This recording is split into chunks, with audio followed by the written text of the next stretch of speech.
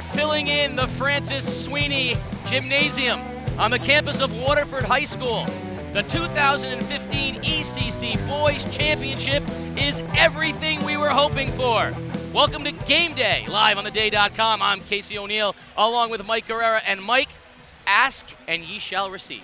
Yeah, Casey, we did this game back in a couple of months ago when everyone wanted to see Ledyard and New London play in the regular season. They hadn't played in the regular season for quite some time, and New London squeaked one out on a last-second play. And we said, well, we might be seeing that one again in the ECC final. Two of the best teams, maybe in the state, both teams with state title hopes. Here we are tonight, and there's not really much more to say. We've talked about the storylines for the entire season. Let's just get to this one. It's going to be fun. Lots to talk about on the MJ Sullivan pregame show, but before we do anything else, let's go down to the third member of the broadcast team, the sports doctor, Keith O'Brien. Casey, Mike, I was driving to the gymnasium this evening, and I started taking a walk down memory lane, and I started reflecting on the many games and the many championship games in recent history in the ECC, and thinking about some of the great players and hometown heroes that this game is, represented. You talk about Tyson Wheeler, Alan Cheney from New London, a lot of history there. Talk about R.J. Evans from NFA. You talk about Mark Jones from NFA. And even last year with Marcus Outlaw from NFA stepping up, hitting 3 bombs in the parking lot to get this game going. And that's what you keep an eye on a game like tonight. Who steps up? Who wants it more? Who will be that player to lead his team to an ECC title? Guys, these two teams have been on a collision course all year for this game. Both of them hungry, both of them ready to roll. Fellas, this should be a great ball game tonight. Well, we're certainly excited. You named some fantastic players from the past. Let's talk about some of the players to watch in tonight's basketball game. Yeah, Casey, starting with New London's Seth Lake, the senior forward. He's got something to prove because he was left off the All-ECC Medium Division team. He was announced as an honorable mention before the game. He's averaging 14 points per game on the season. Probably had a case to be on the All-ECC Medium team. He scored 20 points in the semifinals against Wyndham, and again continues to show why he deserves the mention that was not given to him. On the Ledyard side of things, you have Philip Thomas. Senior forward came out of virtually nowhere on the semifinal win against Waterford. He scored 34 in that one. Thomas in the locker room right now, still talking things over with the team. He's the senior leader. He has a tough task tonight against New London's post. But if he's good and could score anywhere near 34, Ledyard has a very good chance to win. Now, Colin Sawyer this year stepped into the top 10 scoring list in New London High School history.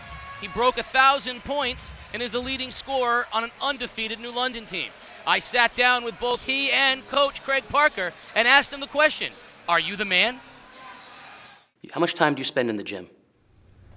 Most of the time. Off season, that's usually what I'd go to the Y every day and just shoot. How much time do you spend in that gym? Practice every day. Okay. When you're in there, how much time do you spend looking up at that wall? It's a lot. There's a lot of banners, so you definitely feel like you should put one up there. When you look up at the banners, do you have an idea of the players that came before you that were parts of those teams? I really don't, because I mostly grew up in Stonington. You're the leading scorer on an undefeated, highly ranked team. You're now a Whaler, and you're that guy. So somebody who doesn't know local basketball is going to look and they're going to say, well, this is Colin Sawyer's team. He's the 1,000-point scorer. He's the leading scorer on this undefeated team. He's the man. Is that something you're comfortable having people think about you?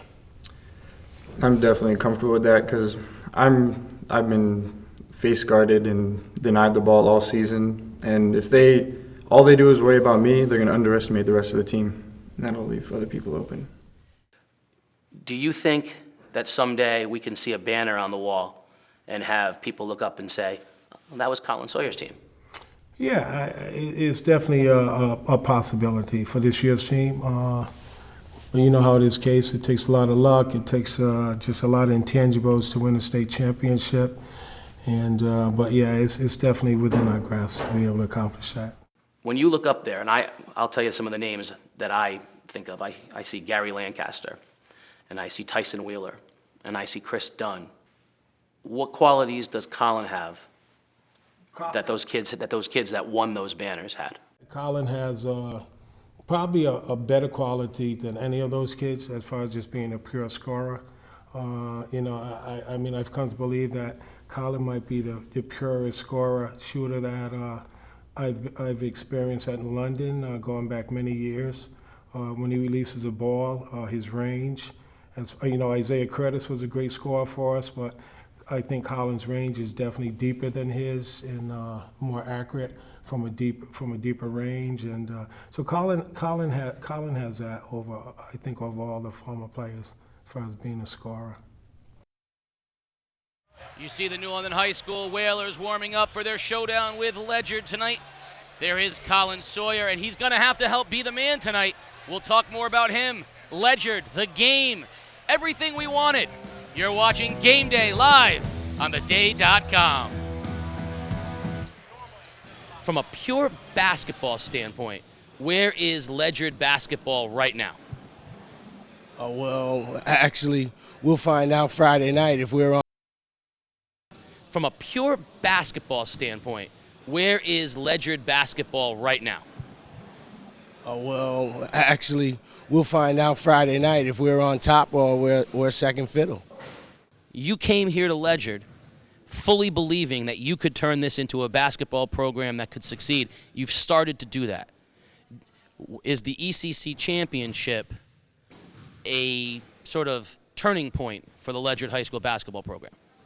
Well, I believe it is. I mean, I don't believe they ever have, they've won an ECC tournament championship.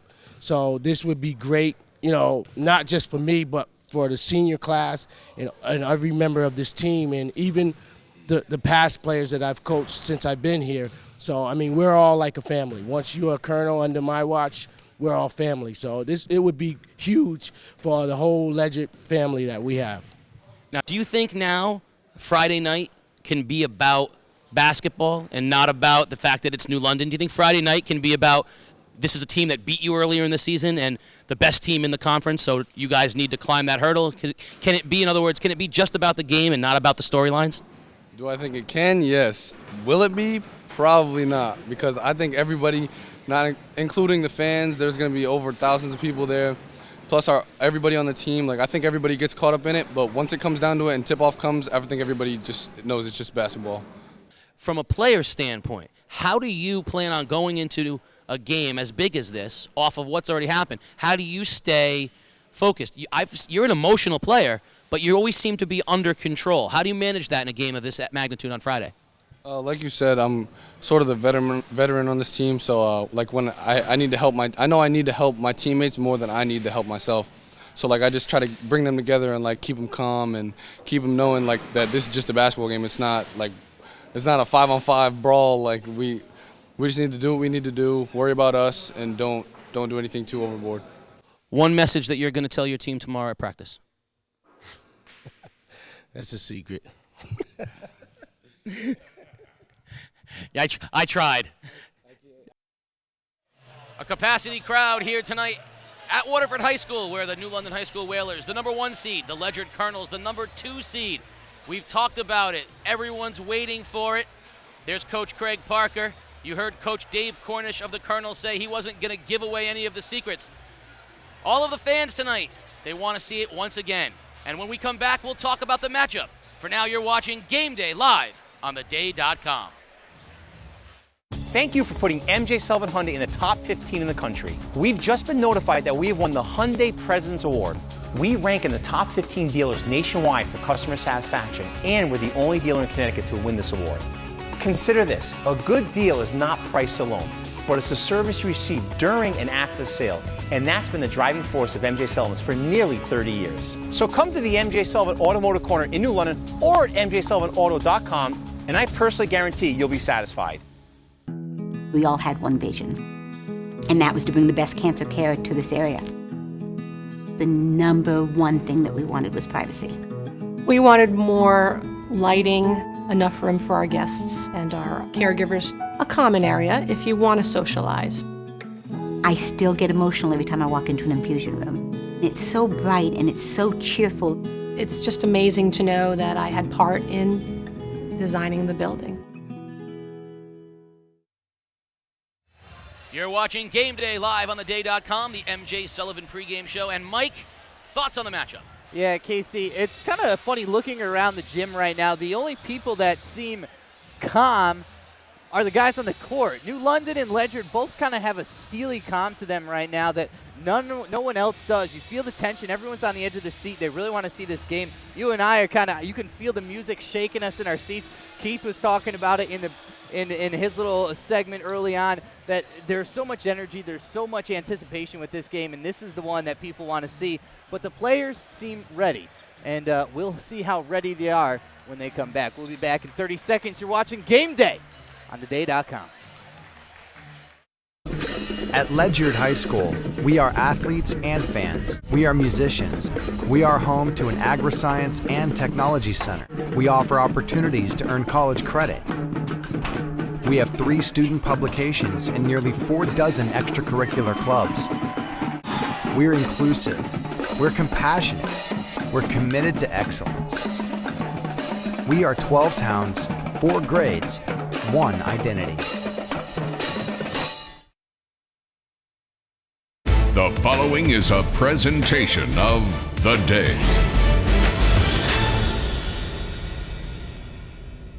This is the game we asked for. Long 3. Yep. The best teams playing in the biggest game. Same spot, same result. The ECC's best all season. New London and Ledyard. Parker lays it up and in. What a play. They played to a buzzer beater earlier this year. Oh, and that just goes begging. They play tonight in the ECC's biggest game. The Whalers, undefeated and 9-time state champs. The Colonels, a stagnant program not long ago, but now a contender. The Whalers, Colin Sawyer, Seth Lake, all those shooters. The Colonels, Deontay Bruton, Phil Thomas, and that pressure defense. 4 men to the basketball. It's the matchup we've wanted. Well, we got it. It's the ECC championship game tonight on Game Day. Welcome back to the MJ Sullivan pregame show. Casey O'Neill along with Mike Guerrera, and we are ready for action. The Ledyard Colonels and the New London High School Whalers. Let's talk about the keys to tonight's basketball game. First, for Ledyard, rebound, and more rebound. Phil Thomas, Leo Clinton, and Kat Young have to rebound and play solid post defense. They didn't last time, and Parker and Roman killed them. Lengthy issues. That means New London's greatest asset is its length. Can their Ledyard pressure be effective against these taller players of New London, unlike that shorter Waterford team? And you know what? He can't do it all alone. Deontay Bruton can be a one-man gang on offense, but someone else, preferably many others, have to score in this game for Ledyard. For the Whalers of New London, they have to handle that pressure. Ledyard generates most of its offense from turnovers. We saw its suffocating pressure. New London has to handle it. About those lulls, they got to play the full 32. In the semis, they allowed Wyndham to get back in it. They can't do that with this great Ledyard team. The Roman Empire. Major Roman played a huge role, 14 points, 2 dunks with energy in that last game against Ledyard. He and Brian Cespedes have a major size advantage tonight. They have to take advantage of it. Yeah, and Casey, you see these starting lineups right now being announced, the guys taking the court, and we'll tell you about them. For Ledyard, the number 2 team in this ECC final, Isaiah McNair, the sophomore guard, is the only non-senior that is going to be in either starting lineup tonight. Mario Graham, a senior guard, also starting in the backcourt for Ledyard, along with Deontay Bruton. Senior forward Philip Thomas in the front court, again, 34 big points in that win against Waterford. In the semis, Rashawn Cat Young, the senior forward, starting aside Thomas, as you see the lineups coming out. For the number 1 in undefeated Whalers, it'll be, again, all seniors. The guards, Nabate Metz and Seth Lake, and Colin Sawyer, the swing leading scorer, top 10 player, Gatorade All-State Player of the Year candidate. And then in the front court, you have C.J. Parker and the future UConn football product, Brian Cespedes. 9 seniors and a sophomore in your starting lineups tonight, Casey. Something to note, in that great first game, Brian Cespedes did not play very much because of some early technical fouls, and instead Major Roman had a major impact. On the other side of things, Cat Young didn't play at all in that game, and now he's in the starting lineup for Ledyard. So there's going to be some different faces tonight. Which of these two teams have evolved? Well, the first game was very well officiated. Tonight we have a very veteran crew, Tony Gigliotti, Greg Keith, and Dave Cruz. They are veteran officials, and it will be their task to handle what's going to be a very physical and very up-tempo basketball game. Yeah, and we talked about it a little bit before we came on air, Casey. The Ledyard pressure suffocated Waterford last game, and you talked with Coach Greg Woods from Waterford about handling that pressure. And it's a different beast that New London didn't really see the first time around. Now, that may be because of a few factors, but Ledyard's going to come out and bring a full-court up-tempo pressure on defense tonight, and it'll be interesting to see how New London reacts. They have the size to pass over it, but again, the frenetic pressure sometimes makes players make bad decisions. Now, again, we talked about the veteran experience. You have 5 seniors starting for New London, so they're not going to be shaken easily, but still, when you have 4 guys swarming to the ball in a full-court press, that's a lot for anyone to kind of handle and to kind of figure out in their head when it's happening so fast. Ledyard did not pressure New London in the first game. I promise you, I have it on good authority from everyone, they're going to pressure them tonight. Can the Whalers hold up to that pressure? Can the length of C.J. Parker, Seth Lake, and Colin Sawyer aid in breaking the press? Can the height of Roman and Cespedes help in breaking the pressure? These are the questions that are going to be answered very early for New London. And on the other side of things, if Ledyard is unsuccessful, if New London breaks the press, how long will Coach Dave Cornish continue that pressure? That is what we are going to be talking about. We are about to have our national anthem. Let's listen in as the great young singer, Miss Sarah Bassetto, brings you our national anthem. With the singing of our national anthem by Waterford High School Junior, Miss Sarah Bassetto.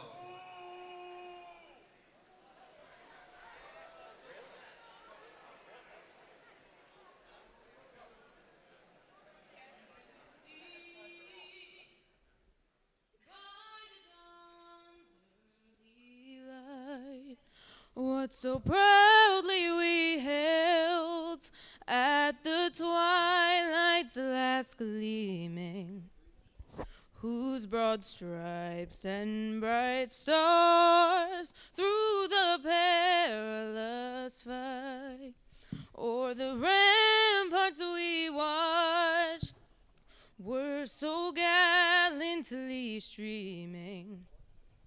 And the rocket's red glare, the bombs bursting in air, gave proof through the night that our flag was still there. Oh, say does that star-spangled banner yet wave o'er the land of the in the home of the brave. Outstanding job by the Waterford High School junior, Sarah Bassetto. She's become a fixture here on game day for her rendition of the national anthem. Wonderful job. Now, tonight's game, we have a very special sponsor for you. Tonight's game is sponsored by Charter Oak Federal Credit Union. Now, Charter Oak is offering 35, that's right, 35 $2,000 college scholarships. One at every high school in New London and Windham County. So get details at any one of your Charter Oak branches or online at charteroak.org. That's charteroak.org. Well, this is going to be one of those games where in 5 years, 5,000 people will have claimed to have been here. But as it is, we are at capacity here in Waterford High School, well up into the thousands. We are close to 2,000 people inside the Waterford High School Gymnasium, the Francis X. Sweeney Gymnasium, and they are waiting for Brian Cespedes and Phil Thomas to jump it at center court. Cespedes, number 23 in the white for the Whalers, the number 1 seed and technical home team. The Colonels in the visiting blue. Thomas, number 11, had that great semifinal game and prepared to jump it up. Referee Dave Cruz to toss the basketball in the air. The tip is in the hands of Nabate Metz. Quickly he goes to Lake, in the corner to Sawyer. A quick 3, no good. Weak side rebound by C.J. Parker.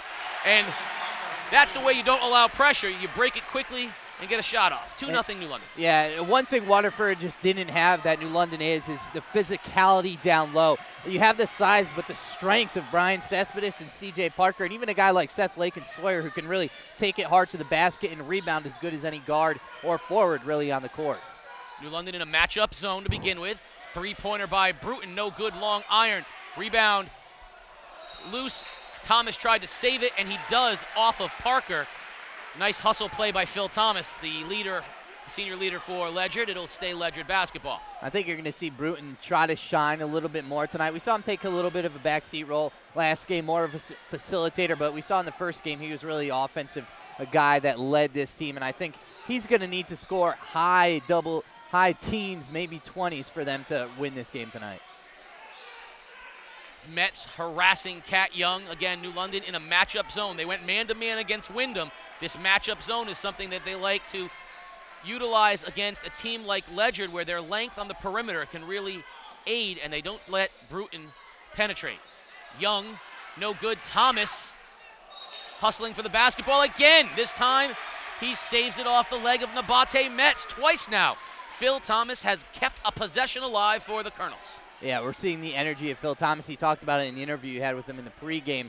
He's kind of the senior veteran leader. He has to kind of keep the train rolling along, and a great couple of energy plays right there. Oh, great look to Young, but a block by Parker coming over the weak side. Cat Young never saw him. And New London with the basketball. Lake dumps it inside to Cespedes. Cespedes turns, loses the ball, and throws it out of bounds. Brian Cespedes tried to make something happen on the low post, slipped, and turned it over, and Ledyard will gain a possession with an opportunity to tie or take the lead in this ballgame. And as big and athletic as Cespedes is, he's fairly inexperienced when it comes to basketball skills, as we see the missed three there.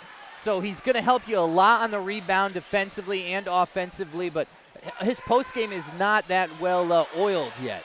Three is good by Seth Lake. He was your player to watch, and you watched that three go down the drain there. 5-0 New London, and New London looking to trap. Stolen by Parker. Ahead to Sawyer. Ledyard has numbers. Sawyer pulls up for three. Oh, in and out, and rebounded by Thomas. That would have been an explosive three by Sawyer. Instead, Thomas the other way, rejected by Sawyer. An emotional start to this basketball game. And we're already seeing, Casey, the length of the entire New London team, giving Ledyard fits, which, again, we saw last game. Ledyard looked unstoppable, but Waterford just didn't have the size. New London has so much length, 1 through 5, and it's already causing problems for the Colonels. Nice give and go out to Bruton. Three, no good. Rebound inside to McNair, and he's tied up by Cespedes, who swallowed him like a blue whale with some plankton in his teeth. Ledyard will retain possession. I know you got nothing after that. He is a whale. I mean, it was just so good. Excellent stuff. That time, Nabate Metz stepped out on Mario Graham, and I think he fouled him with a three up. He's going to get three. 3 shots for Mario Graham. Now, what's interesting is Ledyard hasn't made a basket yet, and so that's why they haven't been able to set up pressure. If he makes these foul shots here, it'll be very interesting to see if they go right into that pressure. So far, New London hasn't had to break it because they've played good defense, and that's something else we didn't talk about. Waterford didn't have the ability to stop Ledyard on offense, which allowed the Ledyard pressure to continue. New London has played good defense in the early going, and Ledyard hasn't set up its press. Yeah, and that zone, that kind of matchup zone you talked about, I think is a really big strength for New London because of, again, I sound like a broken record, but because of the size, that matchup zone works so effectively against kind of the smaller, quicker Ledyard team. So it will be interesting to see if Ledyard can score and then again apply the press, or if they're putting so much effort into the offensive side of things that they kind of have to back off the pressure just to save a little energy. 1 of 2 in the beginning for Graham. Here's the third. See what Ledyard does off of the make. They are going to set up pressure. Lake's going to inbound. There's the 2-2-1 Ledyard press. Parker gets it, takes his time, over to Metz. Pretty easily broken this time is Metz to Cespedes, and that's the downside of the pressure. An easy basket. New London made it look easy there, 7-2. And a steal the other way. Out of the pack comes Metz. He's got Lake. He wants a three. He shoots. It's good! Seth Lake puts New London up 10-2, and Coach Dave Cornish wants a timeout. Casey, shooters, ball handlers, length. We've seen it all from New London right now. We saw Seth Lake bury 2 threes, and he is living up to the player to watch that we talked about in the pregame. We've seen Brian Cespedes both wreak havoc on the defensive end and then on the breaking the press and then coming in with the easy layup on the offensive end. And we've seen the ball handlers.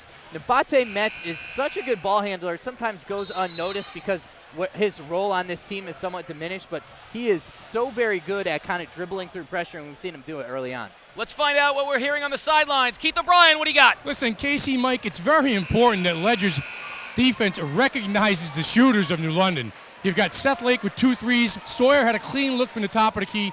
These guys can shoot lights out. They have to recognize the shooters. Fellas? Great point, Keith O'Brien. Nicely done. That's twice that they didn't find Lake on the break. Unlike other teams that might try to go to the basket, New London will be very comfortable shooting threes off of the broken pressure. And you see here New London setting up some of its own pressure as Ledyard inbounds under the basket. So the chess match has begun. And it's the apprentice and the master and the apprentice right now with Coach Cornish and Coach Parker. It'll be interesting to see how the game continues. Loose pressure by New London that time, and it results in a turnover. Now, Ledyard has gone to its biggest lineup. They bring Leo Clinton into the game along with Cat Young and Philip Thomas. And Leo Clinton was jawing already with Brian Cespedes. They have played together and on opposite sides of the football field, maybe trying to get in Cespedes' head a little bit, but it didn't work there. New London with the 10-2 lead and the basketball. Metz backs it out. This game is picking up in the energy and intensity. Metz quick to the basket, finds a cutting Parker. Parker turnaround, good. Spinning in the lane, 12-2, 10-point lead. New London not back on defense, and Philip Thomas makes them pay. Nice job that time, running the floor by Thomas, but right away, we see Ledyard out of the pressure, allowing New London to come over half court. Yeah, great hustle play by Thomas, and New London just not getting back on defense. But on the other hand, a great physical basket by C.J. Parker down the other end as we see Cespedes hurl it out of bounds. Cespedes had the length look, missed the layup, and he is jawing with Clinton. That's something that got him in trouble in the first game, and I think Leo Clinton knows that. I'm going to say what Leo Clinton's doing right now is a smart basketball play, getting into the emotional head of Cespedes. And on the other end, a quick basket by Cat Young, cutting the lead to 6, 12-6 now, New London on top. And now the Colonel's starting to find a little offensive flow. They got to drive and dish, break down the tough matchup zone, or even a little man that New London is showing them. Philip Thomas has drawn the assignment on Colin Sawyer and is harassing him as he falls to the ground. Instead, Metz to Cespedes. Long three-pointer by Lake. Oh, my Lord, is he feeling it right now. Goodness gracious, Seth Lake from far outside. Basket no good, waved off by veteran official Greg Keith. And Bruton now, and Metz jawing a little bit. The tempers are certainly high. If not tempers, then the emotions. Let's not forget that Bruton and Metz also know each other, as Bruton was a New London High School varsity basketball player before he transferred over to Ledyard.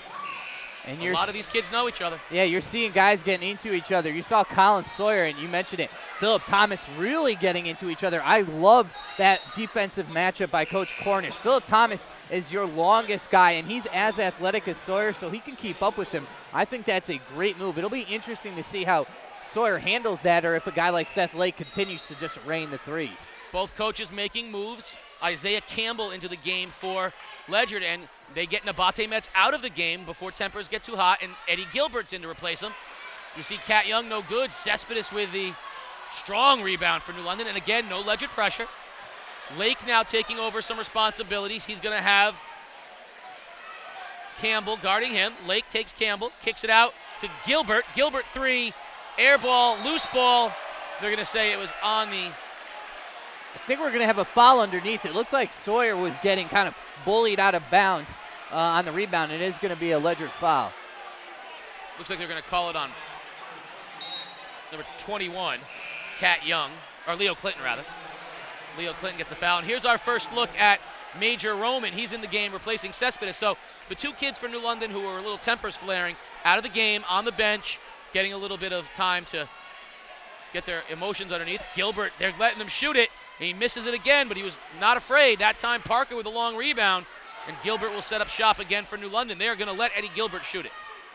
I guess you pick your poison, and the percentages say Gilbert's not the kind of three-point shooter that anyone else is, so you take the pressure off him, but then C.J. Parker takes care of things himself. C.J. Parker on the other end. Metz comes right down, Bruton comes right down the lane over Roman. The other way, Sawyer tried to draw the foul and instead kicks it back out top to Gilbert. Offense aplenty here in the early going. Gilbert all the way to the basket, stripped, and it'll stay New London basketball. Very physical basketball game here in the early going. Good job by the refs so far, letting them play, but kind of making sure that things don't get too out of hand. Interesting move by Sawyer. You could tell he really wants to start getting going. As you see the great inbounds play to Major Roman, already a factor, just finishing the Sawyer point. You can tell he's not backing down. He wants to get going. He doesn't care how physical or quick Ledyard is. That was the inbound play that Roman threw a dunk down in the first game and really got the crowd into it.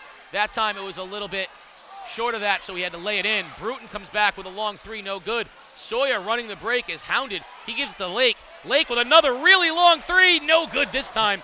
Seth Lake is really feeling it. Great inbound save by Leo Clinton. Campbell with the basketball over to Bruton. Bruton really struggling from the outside right now. And we're going to get a look at Andrew Bird checking into the ball game in a second here for Ledyard. Philip Thomas with a three, no good, and Sawyer controls on the other end for New London, ahead to Parker. Parker, bullet pass to Roman, and we're going to get a shove on Leo Clinton. Clinton is coming in, and he was going to be physical, and it's paid off in some respects, but that time he draws the foul. Yeah, he's got 2 fouls, and we're still looking at an 11-point lead for New London right now. So even though Ledyard has kind of bounced back from that rough start, they're still struggling. You don't want Philip Thomas shooting threes. That's not his game. He made one the other night, and he joked about it after the game how he didn't expect to ever shoot the three or make the three. So, again, you don't want to see him shooting threes in the first quarter. Oh, a physical effort by Parker. No good. Roman and Thomas get tied up. Possession arrow is going to keep it here with New London, but this is a very physical ball game underneath, and you have a great, I can't express enough what a great veteran official crew we have tonight with Tony Gigliotti, Greg Keith, and Dave Cruz. They have been there, done that with these games, and that's very important because this game is going to be very, very physical. Turnover by the Whalers as Parker thought Lake was going to zig, and he zagged. Ledyard basketball.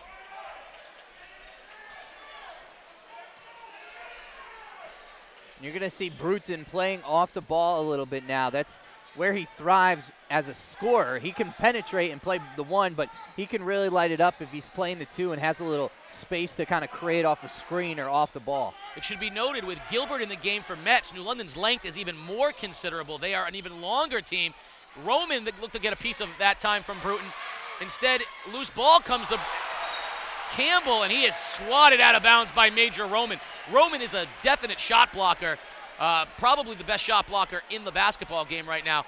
But New London's length with Gilbert in for Metz, they are an exceptionally long team right now. Yeah, I think that's a great point, Casey. And we're seeing Ledyard having all kinds of problems. They can't penetrate. New London is really doing a good job kind of trapping to the ball, bringing the double team, bringing the weak side help, as you see here. Philip Thomas just nothing, no chance. He had Major Roman coming, and the physicality of C.J. Parker guarding him one-on-one, just too much for Thomas. Great play by Parker.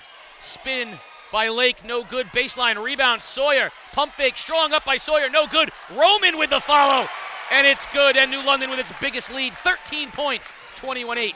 Bruton the other way with a three, no good. Tips, Roman up with it, quickly ahead to Parker. He's had Lake and didn't see him. And Gilbert will settle it for New London. With under 25 seconds left, they're going to look to take the last shot. First quarter could not have gone any better for the New London High School Whalers. Yeah, they're proving why they're 21-0 right now. The length, the kind of the steely physicality, and the strength has been great so far. Contested three by Sawyer is no good. Campbell comes up with it. Bruton the other way. Ledyard's going to have a chance. Bruton lightning fast, but he loses it out of bounds. Tipped. And it's going to stay Ledyard basketball, but with only 0.8 seconds remaining here in the first quarter. Whalers 21, Colonels 8. Quick in the corner. They're saying he got it off. A three by Bird is no good. That's the end of the first quarter. New London High School 21, Ledyard 8. What a start. Come on back on the other side. You're watching Game Day live on theday.com. Where I live shouldn't determine how I am treated for cancer. At L&M, we agree. So we created a patient-focused cancer center in affiliation with Dana-Farber Community Cancer Care. Right here in Waterford. Our dedicated doctors provide innovative cancer treatment, access to clinical trials and genetic counseling. Gives me hope. Hope. Hope. Now, exceptional cancer care is right here, close to home.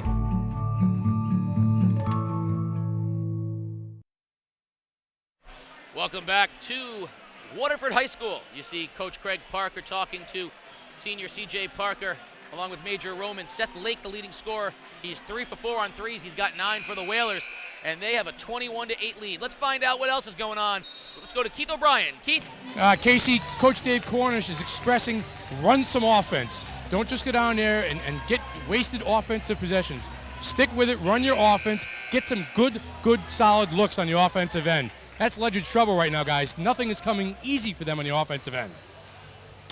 Thank you very much, Keith. It's an excellent point. Right now, things are not going Ledyard's way, but they will have the basketball to start the second quarter. Let's find out what's going on with Mike Guerrero. Thank you, Casey. And Bruton will start with it. He's back on the ball. He's handling things. Isaiah McNair back in there, kind of playing the two. Bruton double-teamed up top. Nice look down low. Is Cat Young fighting inside, and again, Major Roman and C.J. Parker kind of forcing Young into a difficult shot, a miss, and one and done for Ledyard.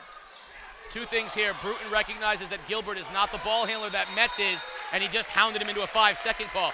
On the other side of things, C.J. Parker, this is one of those things we talked about, C.J. Parker being a glue guy. When he grabs a rebound, he immediately looks to outlet the pass. He can't get it out of his hands fast enough. He will not let pressure get set up. That is a very small thing, but that is an important part of breaking pressure. And we have Isaiah Cunningham into the game now for Gilbert as he finds his way to the bench. Another miss by Ledyard and a battle for the rebound. Parker's down there as well as Thomas and Young, and it's a jump ball. It will go to Ledyard. New London. We saw Cunningham in the first game was the one who got the minutes when Nabate Metz had to come out of the basketball game. Gave them some good minutes. He's a better ball handler than Gilbert, and they see that Ledyard's trying to up the pressure. Cunningham, a junior, so the experience is there, and he travels, though. And, Casey, talk about the defense right now. Bruton first on Gilbert, now on Cunningham, and Cunningham quickly back to the bench. One and done for him in a different fashion, and Gilbert back out there. They're going to try to rotate point guards until they can get somebody who can give Nabate Metz some rest. But right now, it's Bruton just putting a lot of pressure on the basketball. A three from McNair, no good. Bruton, the long rebound. He will hoist one up. That's no good. He has yet to get going in this one. Thomas, the long board, he throws one up. And now Sawyer comes down with the rebound, Sawyer's done a good job of rebounding the basketball early on. He hasn't yet found his way to the scoreboard. I got to tell you, though, I am very impressed. It is getting slippery on this floor. Yeah, Gilbert slipping again. Parker, I mean, C.J. Parker it's like he's just throwing it up there, and it always finds its way to the hoop, and now we have a travel as McNair got ahead of himself, and that's Colin Sawyer and Parker again on defense. Yeah, and that time, Gilbert did a great job like a defensive back running with the receiver. He just put his hands up, and when Bruton caught it, he couldn't put the ball on the floor, and he turned it over. But Colin Sawyer may not have gotten into the scorer's table yet, in the scorer's book yet, but he is playing physical right now. They are trying to beat him up, and he is having no problem giving it right back to him. Very impressive, the toughness of Colin Sawyer right now. Parker controls right by half court. He tries to drive, double team, gives it off to Gilbert, who has missed badly on a couple of three-point attempts, so he elects to take it back out and reset close to half court. And now a bad pass by Gilbert, a steal McNair all the way, and a foul coming from behind on Sawyer. But again, a physical play on defense and a good foul. And McNair will go to the free throw line where he is only 8 of 26 on the year, so a good percentage foul by Colin Sawyer. And we're going to see Isaiah Cunningham back in the game and Gilbert back to the bench. How long does Nabate Metz sit? I don't want to speculate, but the trainer was working on Metz pre-game. and was taping him up, and he was definitely not 100%, and he was injured. He's on the bench right now, and I think that Seth Lake just came over and asked him, "You ready to get back in this thing?" I don't know that he is right now because he's a little nicked up, and right now that means that Cunningham and Gilbert are going to be sharing the responsibilities right now, and those other seniors for New London are going to have to step up. And McNair made both of them, so Ledyard finally cracks double digits, and we didn't see any press again, and now a steal. Bruton comes away with it, Parker defending, and he swats it out of bounds, and we're gonna have a foul on that. Yeah, we are gonna have a foul. Looks like it was a all ball kind of play, but it is a foul on Parker. So it will be Bruton going to the line for 2. 5 minutes and 55 seconds. The answer to the question, when will we see Nabate Metz back into this ballgame? You missed it because he's so diminutive, but he's at the scorer's table right now. He's hiding behind the table. And he'll come back in now as Bruton makes the first one. Casey and Cunningham goes quickly to the bench. So there is Metz back on the floor. Maybe Coach Parker was listening to us. You think? No. I think there comes a point where you realize that, you got to play through some things. And Nabate Metz is a tough kid, and he saw that Eddie Gilbert and Cunningham were struggling, and so right now he's back in this ball game, but Ledyard's going to try to pressure him. He breaks the pressure down the sideline, and they're saying he stepped on it, though. Turnover. Ledyard's getting creeped back in this thing now. New London all of a sudden realizing that it's not as easy to break this pressure as it was earlier in the basketball game. And Metz, again, a guy who plays with a lot of energy but can get a little swept up in things, so we'll have to keep an eye on that. Cespedes, again, not in foul trouble but still on the bench. We'll have to keep an eye and see if he finds his way back onto the floor to improve the length and physicality of New London. Well, Roman's doing such a great job right now on both ends. As Bruton finally finds the bottom of the basket, his first 3 of the game, and the lead just like that, down to 8 for New London. And a wild press break by Lake. It somehow works, and behind is Bird, and he steals it. Thomas running the break, lays it up and in, and it's 23-17. And another press and another, and this is a foul. Looked like it was a borderline turnover, but we're going to get a little bit of a shove on Bird. And New London will have the ball on the sideline. Bruton now with 7 points for the Colonels. The previous possession, we saw that New London length. Seth Lake went right over the top of the press. Parker went right over the top of the press, but Phil Thomas did a great job on the weak side coming in. As Lake driving, New London looking to snap a 9-0 run, and we're going to get a charge on C.J. Parker. It's going to be 2 fouls, I believe, for Parker. He's a smart guy. You would expect he'll probably stay in the game and just be a little more cautious, but another turnover by the Whalers. 9-0 run by Ledyard, and that time Parker knew he was going to get the charge. He tried to dish it off to Roman, but just a little too late. Bruton controlling. Bird and McNair, this 3-guard lineup with Bird and McNair has been successful. Mario Graham, the second leading scorer on this team, on the bench right now as Thomas tries to drive wildly and deflect it off of the Whalers. Ledyard will keep it. Terrell Martinez is going to check into the game. They are going to get C.J. Parker out right now. They cannot afford for him to have 3 fouls here in the first half, so they're going to see how long they can get away with Martinez. This is a big moment in the game. Mark it off, 4:50. And a weird play along the baseline. No travel, no jump ball, and now we're going to have a foul.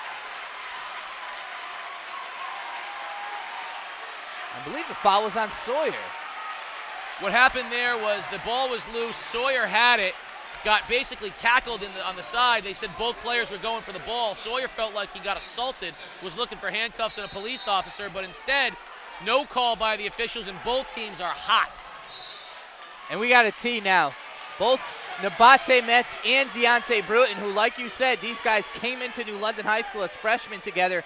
Bruton left, but both have gotten technicals, so offsetting technicals, and Nabate Metz might be back on the bench. We wondered if he could control himself, and so far he has not. Coach Dave Cornish is giving the officials an earful right now. Coach Parker is giving Nabate Metz an earful meanwhile. And we're going to get Eddie Gilbert back into the ball game for New London. You know, it's funny. In the first game between these two teams, we saw Brian Cespedes really out of control and the emotions got crazy. Today we're seeing players on both sides. Right now I think like the Ledyard players and New London players, both very emotional right now, and both coaching staffs trying to find a way to keep their players under control. I asked both Thomas and Cornish that very question. Is this game going to be about basketball, or is this game going to be New London Ledyard? Right now, it's New London Ledyard. And Coach Cornish was pleading with Bruton to calm down, not give in to kind of the trash talk of Metz, who's now on the bench, and we have a foul on Bird. So that will be foul number 5 on Ledyard. You know, Mike, what's going to happen as a result is you're going to see this game starting to tighten up with calls like that. We've seen fouls now on both of the last 2 possessions where New London's been just basically touched, because they are going to tighten this thing up, because they're not going to let this game get out of control. As Gilbert is in for Metz, and I agree 100% with you, Casey. And we'll have to keep an eye on how the fouls affect both teams. Sawyer drives nothing, and they push the other way. Bruton blocked big time by Terrell Martinez. The rebound no good. Cat Young, third chance opportunity good, and now the lead is 4. So between all the jawing, New London still hasn't scored in a while. 11-0 run for Ledyard. Trouble with the break. Seth Lake. Sawyer trapped. He loses it. Ball goes to Bird. Looking for someone, and Sawyer gets it back. Great defensive play. And now we have a foul along the sideline against Isaiah McNair. It was, right now they are playing physical. Ledyard is bodying up and beating up Colin Sawyer, and he is doing everything he can to dribble out of that pressure, but that was a mugging on both sides of things. These kids are playing very, very physical right now, and Coach Craig Parker's taking a 20-second timeout. They need to get this thing under control right now. That lead is 4, and in a blink of an eye, they have not scored in quite a while. Yeah, and both Coach Cornish and Coach Parker are going to talk with their teams. You see Coach Cornish right now. He's trying to calm his team down and also kind of invigorate his team at the same time. Let's get the latest from what's happening on the sidelines of Keith O'Brien. You know, Mike, it looks like Ledyard has got New London rattled a little bit with their physical play. Looks like they're out of sorts a little bit. They're not in position to break the press. It looks like right now New London is just a little rattled at this case of the game. Thank you, Keith, as we are out of the 30-second timeout. Coach Cornish even pleading with his bench, his assistant coaches, getting a little too into it. And Coach Cornish, again, he knows you can't give up technical fouls and free throws and get your team in trouble on the sidelines. It's just not good play. Seth Lake handles now. Eddie Gilbert playing off the ball. Lake from the elbow is no good. Martinez a rebound, no good. Roman. And finally, New London breaks the 11-0 run in the bigs of Martinez and Roman, who are the guys off the bench getting it done. Yeah, Roman's so long under the basket, and that is exactly what New London needed right there. Lake has not scored since that last three-pointer. A 3 in the corner, no good. Rebound bounced out of Cat Young's hands to Seth Lake. A little bit of a double team. Lake struggling to dribble out of it, almost loses it, and we have a timeout by Coach Parker, who is not liking what his team is trying to do and breaking this pressure. And talk about the pressure a little bit, but first let's talk about Terrell Martinez and Major Roman. We saw Martinez a big block on this end off the backboard, and then again an opportunity down low. He and Roman bring a similar physicality to the game that Brian Cespedes and CJ Parker do, and that gives the opportunity for Coach Parker to kind of leave those starters on the bench and give his backup bigs some opportunity to play, and they're answering the call. Well, you know, I said after the semifinals that games like this are never about the players that you expect them to be about. There's always going to be players that you're not expecting, and it's who gets minutes from those players that really dictates who wins basketball games. And right now, the players that are stepping up have been the bigs off the bench for New London. One correction we should make, we said that Nabate Metz entered as a freshman with Deontay Bruton. Actually, Metz was a freshman at NFA before coming to New London, so he and Deontay Bruton were never actually on the same team together. That was our mistake, and because of the new world of technology we live in, we quickly got a correction text, and so that's where we are. Apologies for that one. Be that as it may, both those guys know each other fairly well. We can leave it at that. Eddie Gilbert controlling now. Seth Lake from way downtown, and Seth Lake is in double digits now with 12, and the threes continue to rain, his fourth 3 of the game. A quick drive back the other way. The free throw, foul line jumper, no good, and a rebound pulled down by the Whalers. Yeah, really good minutes from Roman right now. And a bad pass by Gilbert, who has had all kinds of problems running the point tonight. Deontay Bruton back the other way, out of control. A little floater, good hang time. Basket doesn't go, but he'll go to the free throw line for 2. And Eddie Gilbert has really struggled. Another turnover. Luckily, Lake has been shooting the 3 well, and they've been able to get some points in transition. But the point guard spot has been an area of concern for New London tonight. Yeah, with Nabate Metz out of the game, both Gilbert and Cunningham have really struggled to get them ball handling minutes. They got to find somebody who's capable of doing that with 2:20 remaining here in the half. And it's not like you can just slow it down and eat clock, because Ledyard won't let you do that. As we see Mario Graham come back in, Cat Young to the bench. Mario Graham, we haven't heard from much. Second leading scorer on this team. You would expect he would chime in on the scoreboard at some point. We will see. Bruton makes both, and here's the press, and it's kicked out of bounds. And it will stay with New London. One thing New London's doing differently than what Waterford did, you see they have 4 men, now 5 men with Roman coming up to break pressure. They're going to have Roman act as the lob alternative if necessary, and they're taking their time. That's a nice move there by Craig Parker. And there is a lob almost over the head of Sawyer, but he stretches to get it and then does a split on the sideline. Well, he could join the gymnastics team if basketball doesn't work out. It'll stay with New London as the ball went out of bounds on the Colonels. And again, another slippage, though, on the court. These guys are working, they're sweating. The court's a little slick. Well, Colin Sawyer's got the green camouflage sneakers on. I think he might need to go to a different tread because he's going down to the ground a little too often here. A long, bad inbounds pass, quick steal, and bucket by McNair. And that was borderline horrific on the inbounds pass. And now stepping out of bounds is Eddie Gilbert, whose day is going from bad to worse to something worse than that. 2:06. Another thing is that C.J. Parker's been out of the game, and his influence is definitely noticeable right now out of the game. Bruton breaks Gilbert, but Gilbert reaches in from behind and gets a steal, almost loses it, and then they're going to get Young kind of stepping in on that one. That's going to be team foul 7, so it'll be 1 and 1 for Ledyard. New London has 18 fouls, so Ledyard will also be in the 1 and 1. This is a very important foul shot right here by Eddie Gilbert. He struggled from outside. He's struggling with being able to handle pressure right now. If he can make a foul shot here, it will significantly settle his tension, and it's an important point for New London. And Gilbert is a guy who can play as he drains the first. He's a senior guard, so the expectations are there. Coach Parker expects high things of him and knows that he can produce. Right now he's just struggling a little bit, but makes the first free throw and the second. And the lead pushed back to 7, under 2 minutes to play in the half. Bruton, who has been looking to drive, gives it off to Graham, who is just kind of idle on the wing. Thomas calling for it and gets it. And now Bruton eyeing up things. Off the screen, Thomas rolls to the hoop. Basket is no good, but 2 free throws upcoming for the senior forward. There's that offensive set that Coach Dave Cornish was talking about. That's the screen and roll that Ledyard did very effectively against Waterford. That time Thomas rolled to the basket after providing a high screen, and Terrell Martinez didn't have position, and Thomas was able to get to the basket.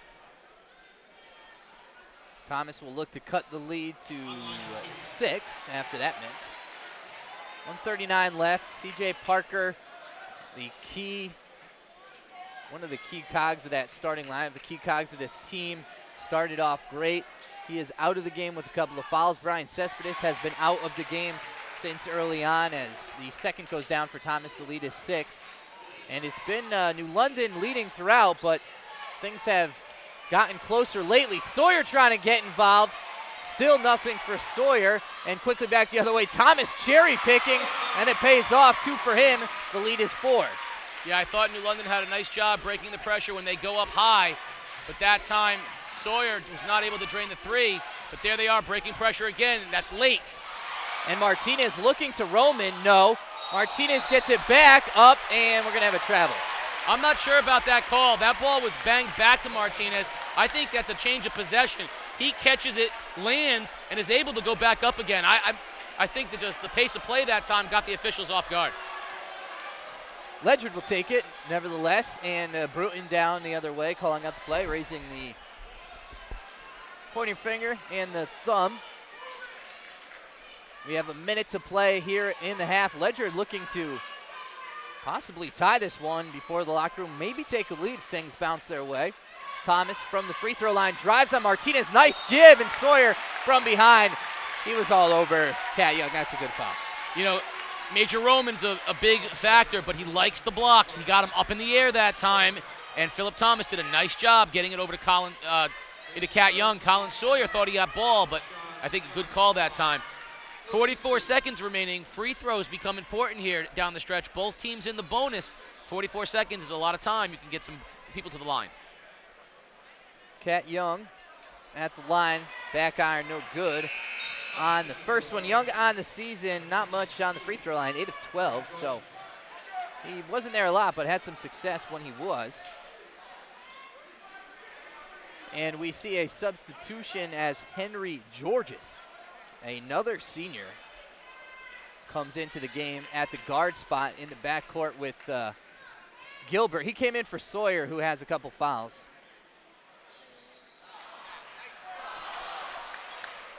He's Harry in our hearts and Henry on the roster, so Harry Georges.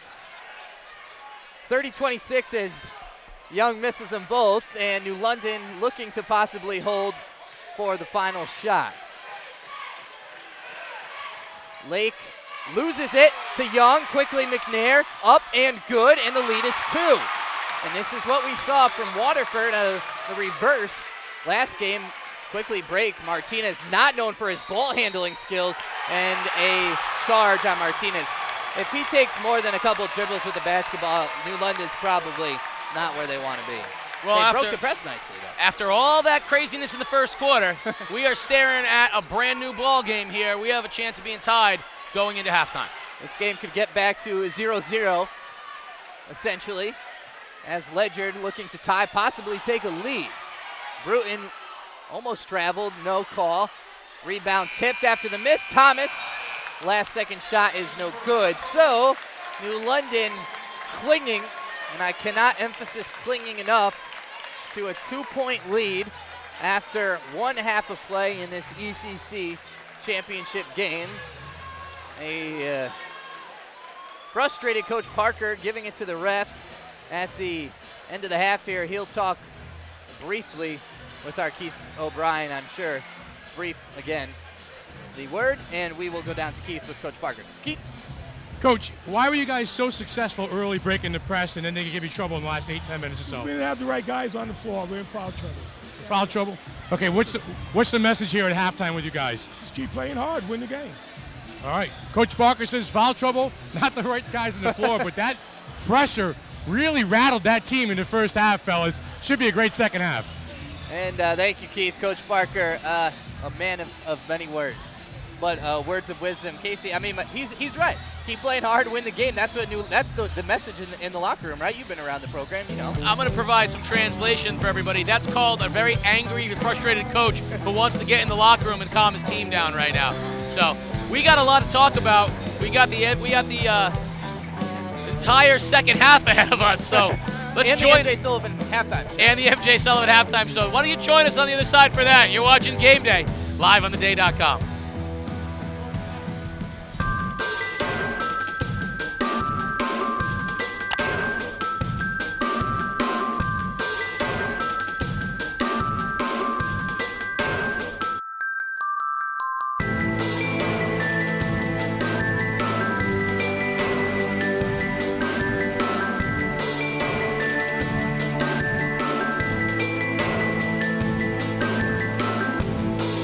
See now on another world.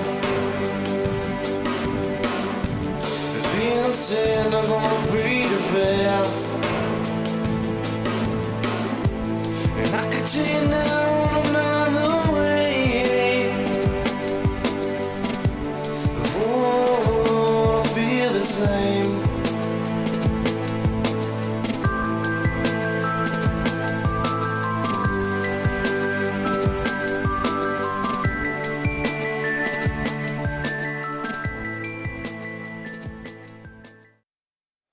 Welcome back to the MJ Sullivan halftime show here at the Francis X. Sweeney Gymnasium on the campus of Waterford High School. The New London High School Whalers, undefeated and the 1 seed, have a slim 2-point lead over the Ledyard Colonels after a frenetic comeback by Ledyard in the second quarter. Now, our own Keith O'Brien has a former great and standout in this ECC tournament. Let's find out who that is. Keith O'Brien. Former great and standout he was. He is former NFA player and Mark Jones. He's currently the coach of St. Bernard's High School. 14-6 this year, Mark. Congratulations on a heck of a season with those kids. Thank you. Yeah, my kids have worked extremely hard this year. Every year since I've been there, we've gotten better. With our seniors now, with Paul Peppis and Remy Bonzer, they've done an incredible job this year.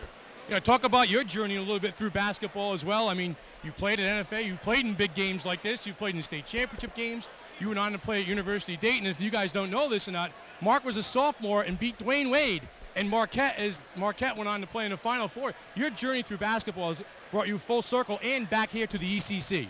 Yeah, I mean, it's great to be back and, you know, see some of these young kids fulfill their dreams and hopefully to go on to college and play at the next level. Yeah, you said I played against Dwayne Wade.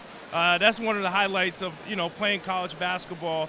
And it's great to be back in the ECC and to be coaching St. Bernard's.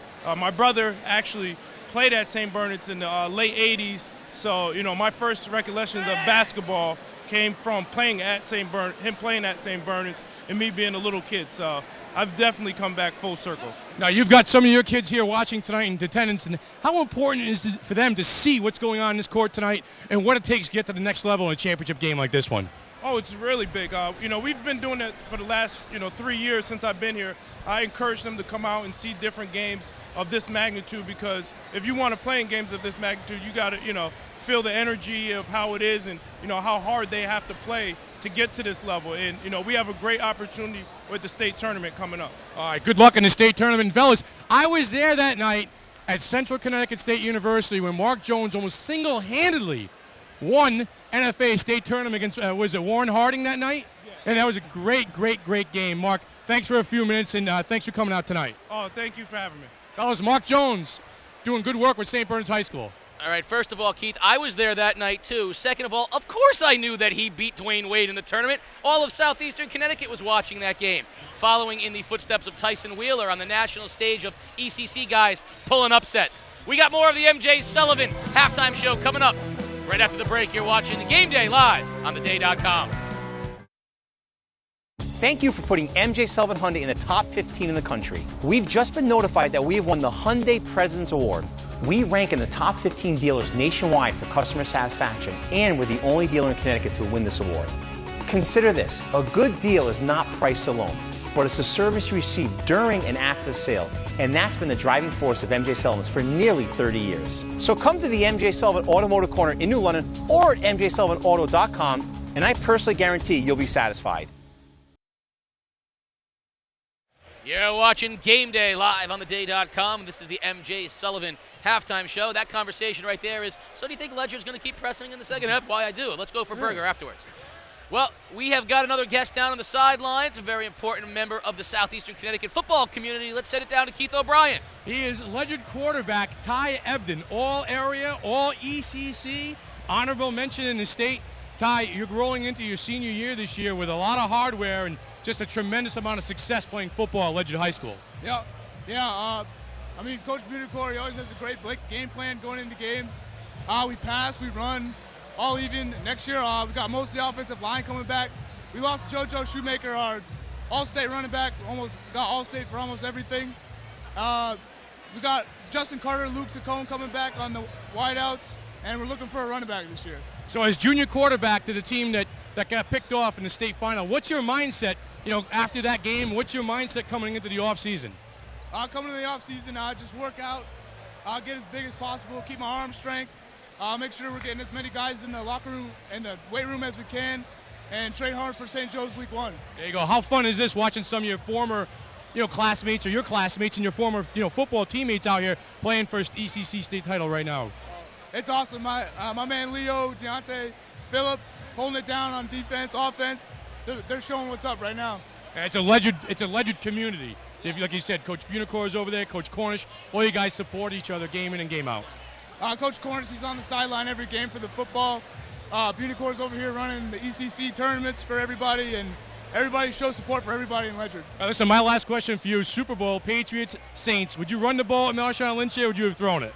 I'm thinking I would have ran the ball with beast mode. As a quarterback, are you going to run it? I trust him. He's a pretty big dude. You see offensive line, they're good. All right, good luck next year. We'll see you on the field. As Ty Ebb did a tremendous junior season, looking to carry on, into his senior season. He's hitting the weight room. He's keeping his arm ready, and he's here supporting his teammates and classmates, fellas.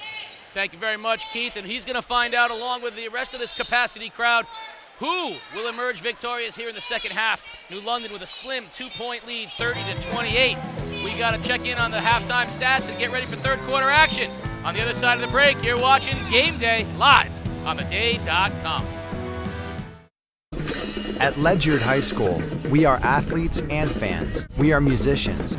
We are home to an agri-science and technology center. We offer opportunities to earn college credit. We have 3 student publications and nearly 4 dozen extracurricular clubs. We're inclusive. We're compassionate. We're committed to excellence. We are 12 towns, 4 grades, 1 identity. We all had one vision, and that was to bring the best cancer care to this area. The number one thing that we wanted was privacy. We wanted more lighting, enough room for our guests and our caregivers, a common area if you want to socialize. I still get emotional every time I walk into an infusion room. It's so bright and it's so cheerful. It's just amazing to know that I had part in designing the building. Welcome back to Game Day live on theday.com. This game is sponsored by Charter Oak Federal Credit Union. Charter Oak is offering 35 $2,000 college scholarships, one at every high school in New London and Windham counties. You can get details at any Charter Oak branch or online at charteroak.org. That's charteroak.org. Well, we are about 15 seconds away to the second half of this basketball game. What should we expect, Mike? Well, I think we're gonna get the starters back out there, so it's gonna be a different New London team than we saw in the second quarter. You're gonna see Cespedes, I would assume. You're gonna see Parker, and I think Parker really is the kind of the key that makes New London go. Sawyer has really struggled scoring the basketball. He's actually played a really good game. He just hasn't been able to score, but it's going to be Parker. Can he keep this team mentally kind of where they need to be, and can he continue to get those physical points, those battle rebounds? And then for Ledyard, do they have the energy to go 16 more minutes? It's hot in this gym. They were so amped up for this game. I mean, when does the tank start ticking towards empty? And can New London get something else again? We talked about Sawyer. They need to find another scoring option. Lake has 12 on 4 threes. He's leading the game. Bruton has 9 for Ledyard. Who's going to step up? I mean, if we continue, Major Romans played a big part. But someone's going to make a big shot or make a big mistake, and it's going to turn this game on its head one way or the other. So it'll be interesting to see who that is. Or maybe Colin Sawyer gets hot and reels off 20 points and leads New London to victory. There's so many storylines. Those are just a few that could happen in the last couple of quarters. Both starting fives back out there. For Ledyard, Bruton, Graham, along with Isaiah McNair, Kat Young, and Philip Thomas. For New London, Nabate Metz, Colin Sawyer, Seth Lake, Brian Cespedes, and C.J. Parker. Right now, Colin Sawyer, clearly the game plan of Ledyard was to get as physical as possible with Colin Sawyer. He's endured that well, hasn't scored, but has come through it pretty well. Yeah, he's stayed in this game. He's mentally been in the game the entire time. Oh, a nice friendly roll for Mario Graham, and that gives Ledyard its first lead of the ball game, 31-30 on a long three, and they're going to set up pressure. And Metz again, to Lake. Up top, it goes to Cespedes, quickly to Metz. Nice job breaking pressure that time. Parker at the foul line, in the corner. Lake has it, he drives.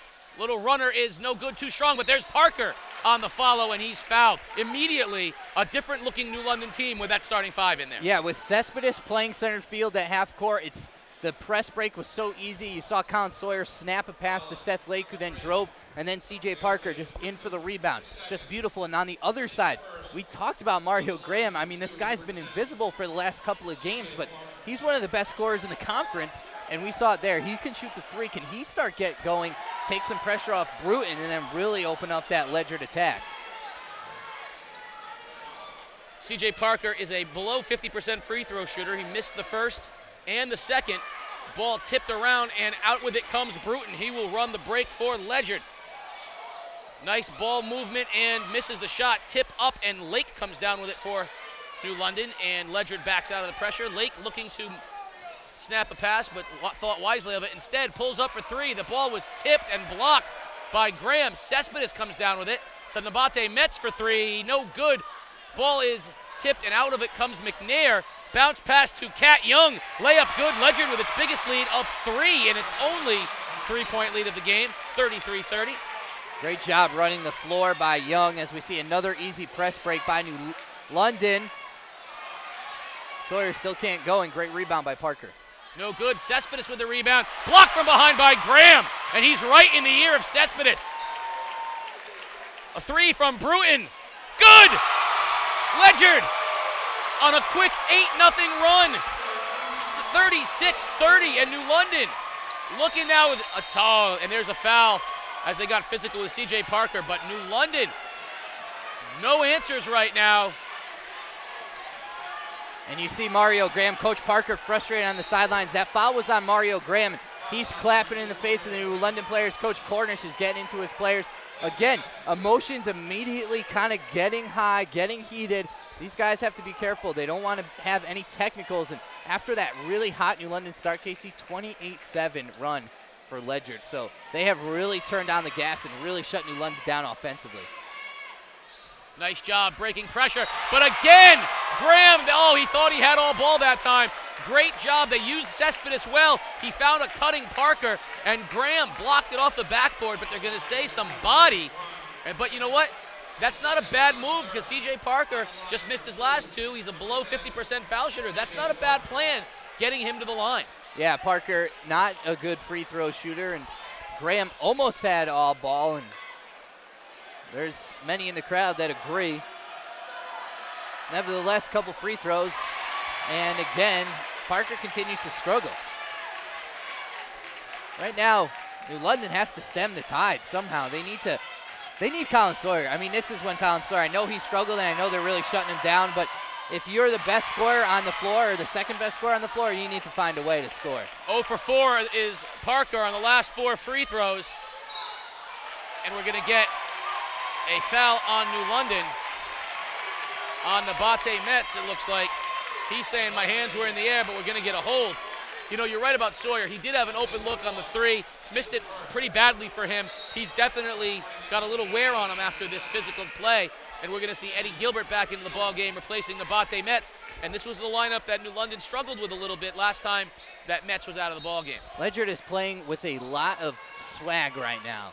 We saw them when they get going and they get into their game, they get so confident, they can be a hard machine to stop, and that's what New London is looking at right now. Sawyer and Cat Young bodied up, and the ball went out of bounds off of Ledyard. If that three had gone down, this place would have erupted. Ledyard setting up pressure. New London setting up its pressure break. We're going to see Major Roman here in a minute. Cespedes over the top, gives it to Gilbert. Gilbert, almost stolen, but instead Lake with a long three, short on the floor. It's loose. And out of we're going to get a loose ball with Gilbert and Thomas, and now Cespedes and Graham going at it. New London, Coach Parker's got to be careful. He's going to get a technical. Now Coach Cornish as well. Trying to get their players now settled. Phil Thomas is heated. Brian Cespedes is heated. Very physical game. And Casey, this game is quickly taking that turn to, it was Ledyard New London early, then it became about basketball, and it's quickly back to Ledyard and New London. And there's a fine line between that, so it's easy for these teams to go one way or the other. But right now, both teams are getting too emotionally invested in each other and not just playing their own game. And Cespedes is such an athletic player. He makes such a difference on that Ledyard team, but he just can't keep his head on straight in moments like this, and that's really been a detriment in both the games that they've played against Ledyard this year. Officials did a great job giving both teams officials timeout, giving both teams a chance to settle it down. We saw Major Roman, looks like he's checking into the ball game. You see Ledyard coming together. I think that, yeah, right now you're going to see a lot of fouls called in this game. They're going to call this thing very tight from here on out. But you're going to see some changes in the lineup here for New London. We'll see whether or not Cespedes does come out, but Roman's coming in, and you see Ledyard right now. They're trying to keep their whole composure. Right now, for the next 5 minutes of this quarter, it's going to be about what team keeps its composure. Let's go down to Keith O'Brien. Keith? Yeah, Casey, you hit the nail on the head. Coach Dave Cornish just expressed to his team, channel your energy. Channel it in the right way. Keep your head about yourself. Keep playing aggressive, and don't get caught up in any nonsense on the court. Great point, Casey. You see the officials gathered there. Greg Keith towering over Tony Gigliotti and Dave Cruz. Of course, and Keith, the former NFA great who went on to play Division I basketball.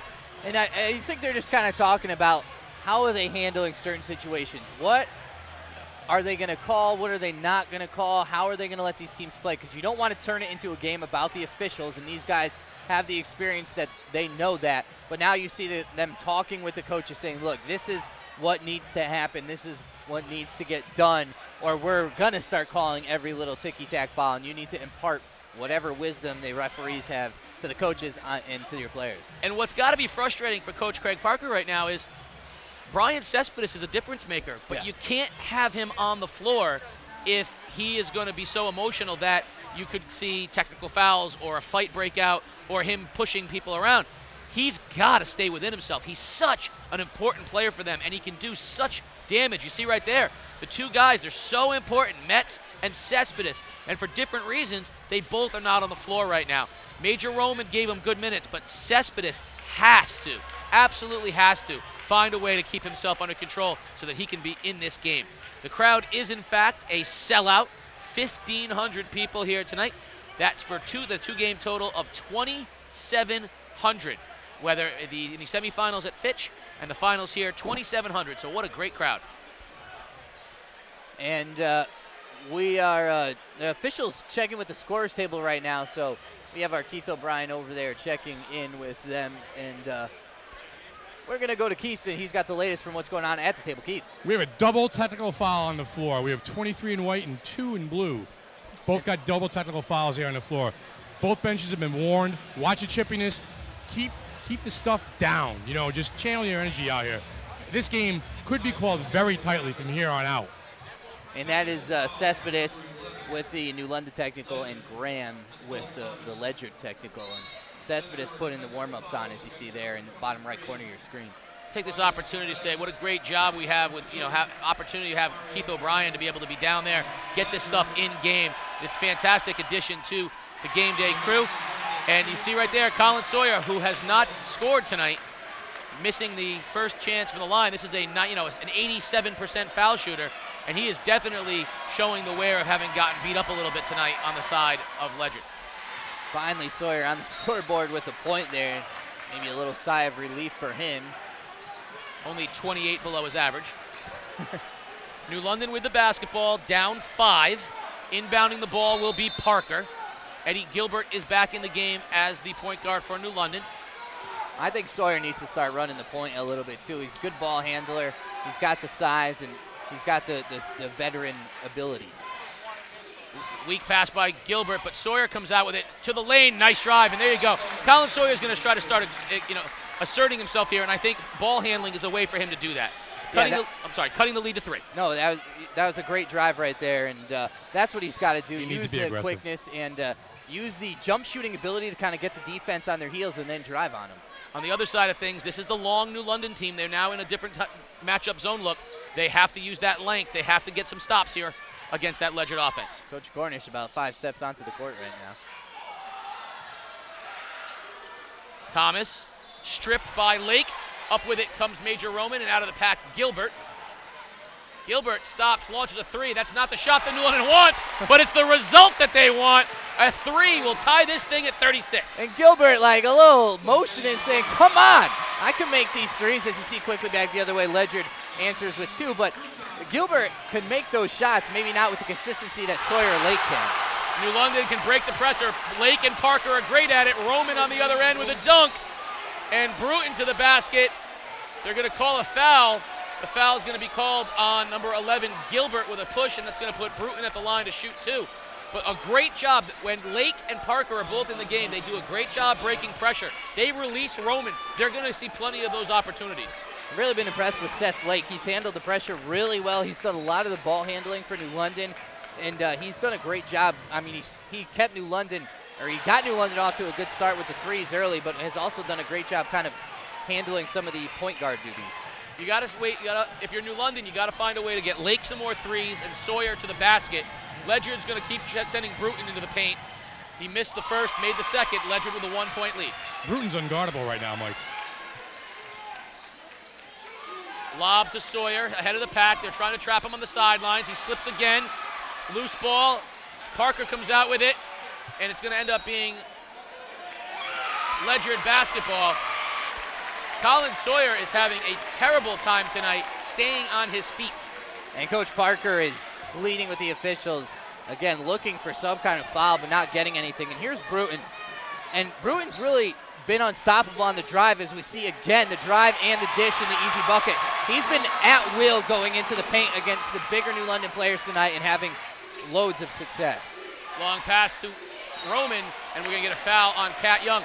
You're absolutely right about Bruton, and this is how he's so effective. If they don't come to him, he hits that floater in the lane every time. If they do come to him, he dishes to Philip Thomas or somebody else underneath. Right now, New London's got to stop Bruton. That's the 6th foul on Ledyard here, which is going to be a point of emphasis for New London moving forward. Down 3, and there's what you say. Sawyer with the ball, takes Graham off the dribble, kicks out to Gilbert for a 3. In and out, no good. Gilbert, though, right on the money with that one. Bruton comes out of the pack, looks to drive, and now pulls it out into the corner to Andrew Bird, and Ledyard will reset with a 3-point lead. Bruton around Roman and loses it, and we're going to get a foul on Major Roman. Close, very close. Well, we said they're going to start calling this one tight. You're right. And there's an example of it right there. That's a call that they would not have made in the first quarter. Agreed.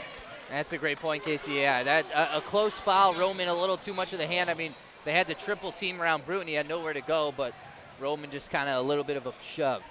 You know, the pace we're on right now for fouls, the fourth quarter could be a lot about free throw shooting, and that's going to be which player can step up and make their free throws. And Ledyard has the better free throw shooters probably when you got guys like Parker and Roman who are not as strong from the line. So, yeah, that'll be an interesting dynamic as the game progresses. That ball got through 6 players without anyone actually touching it. I don't know how that happened, but New London basketball, I can't believe that made it through everybody. Coach Parker with that wry, are they turning this? They're going to say this was Ledyard basketball. I don't know. I mean, I don't know how it got through all those players, but they're saying that a New London player touched it. And we're going to have Ledyard inbounding. And Coach Parker wants to talk with the officials.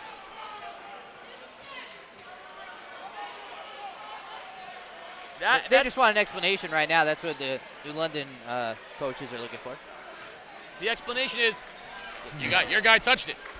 I mean, unfortunately, there's not much you can say about it. Yeah. Can't disprove him. I think Coach Parker said, no, he didn't, but in a little different manner. Inbound lob to Bruton. Nice over-the-shoulder catch, reminiscent of a defensive back. And he's going to launch a long 3. No good. Strong rebound by Major Roman. Quickly it goes to Lake.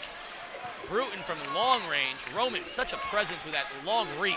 It's like 7'5" with the reach. Only a sophomore, too. Lake breaks the double team. Of course, his brother, Roman's brother, going to Yale, one of the best defensive players in the league in football.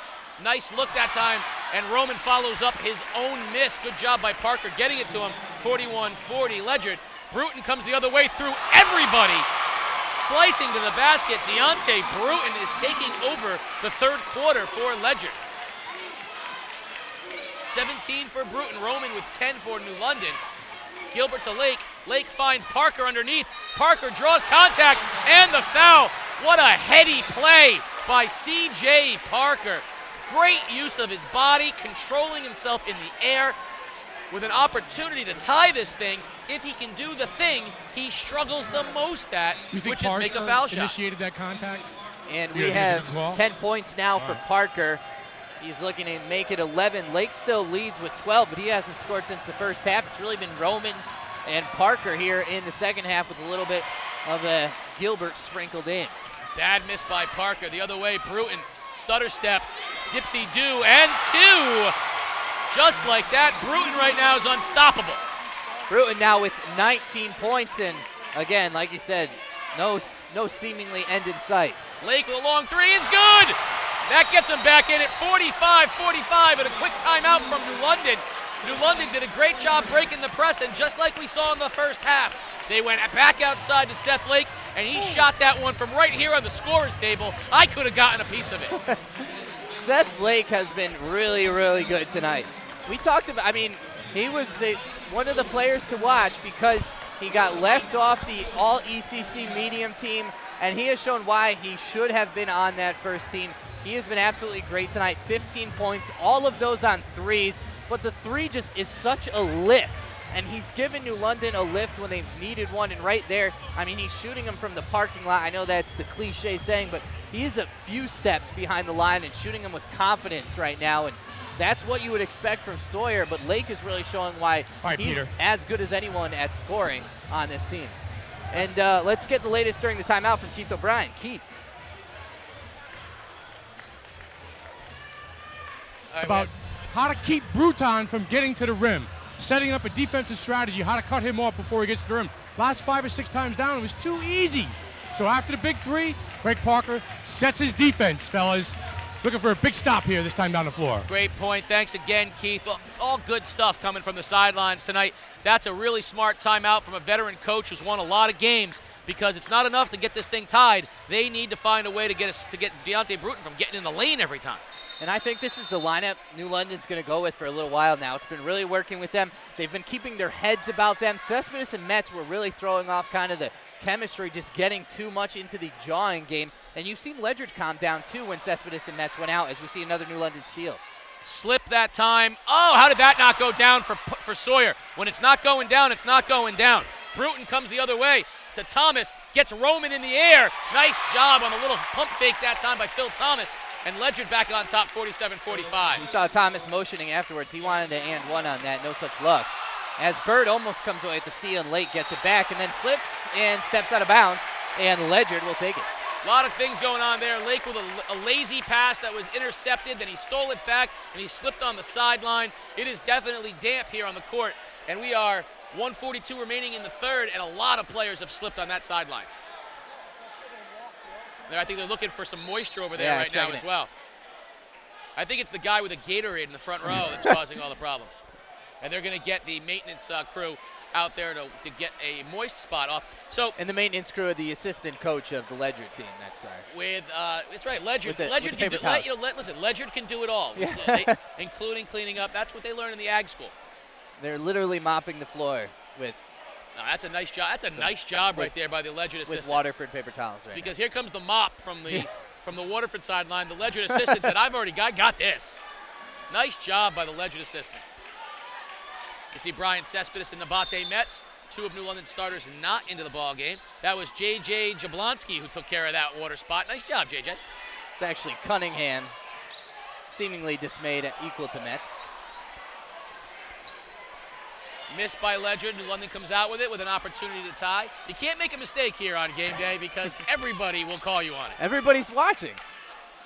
It is a tough crowd. No, nice move to the lane by Sawyer, but it doesn't go down. He gets stepped on. Out of it comes Bruton, and they're going to call a foul on the Whalers at half court. Oh, my. Colin Sawyer cannot get it to go down right now, and he is getting beat up. He got stepped on by his own man.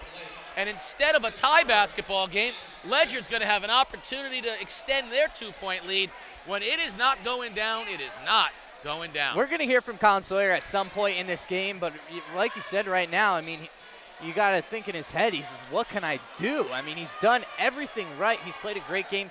He's stepped up his physicality to match what Ledyard has been bringing, and it's just not working right now. Screen, Bruton, and two more. Yep. If he can make that shot, he becomes a near impossibility to guard. 21 now. 21, great job breaking the pressure. Parker the other way, cuts to the basket, and they're going to call an offensive foul. C.J. Parker, that's his third, but more importantly, Ledyard and a 4-point lead with the basketball. An opportunity to extend the lead back up again.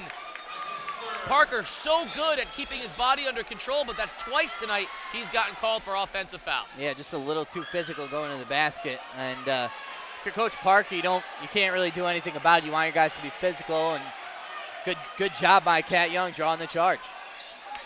Bruton, been unstoppable here, splits the defense again, goes to the lane, floater, no good. Roman defended, Roman gets the rebound, outlets to Gilbert. Gilbert harassed by Bird. Lake, three-pointer from the corner is good. Seth Lake has been the absolute answer for New London tonight. 49-48, Ledyard, 20 seconds remaining in what has been everything we had hoped for. I'm taking a guess Bruton's going to hold for the last shot here. Bruton with the left finds Thomas. Thomas blocked by Roman. Parker comes out with it. Lake splits the defense. We're down to 4. Lake finds Roman with a thunderous dunk at the end of the quarter. It is good, and it puts the Whalers on top 50-49. Right at the buzzer. Lake, it ends up in Roman's hands, and the Whalers have the lead. Wow. I give Seth Lake a ton of credit. He's been on fire from deep. He could have stopped, popped the three, but instead he kept driving, found an open Roman, who put an exclamation point on the third quarter for the New London Whalers. 8 more minutes of exciting ECC Championship basketball to come. Do not go anywhere. We will be right back. You're watching Game Day on theday.com. Thank you for putting MJ Sullivan Hyundai in the top 15 in the country. We've just been notified that we have won the Hyundai President's Award. We rank in the top 15 dealers nationwide for customer satisfaction, and we're the only dealer in Connecticut to win this award. Consider this, a good deal is not price alone, but it's the service you receive during and after the sale, and that's been the driving force of MJ Sullivan's for nearly 30 years. So come to the MJ Sullivan Automotive Corner in New London or at mjsullivanauto.com, and I personally guarantee you'll be satisfied.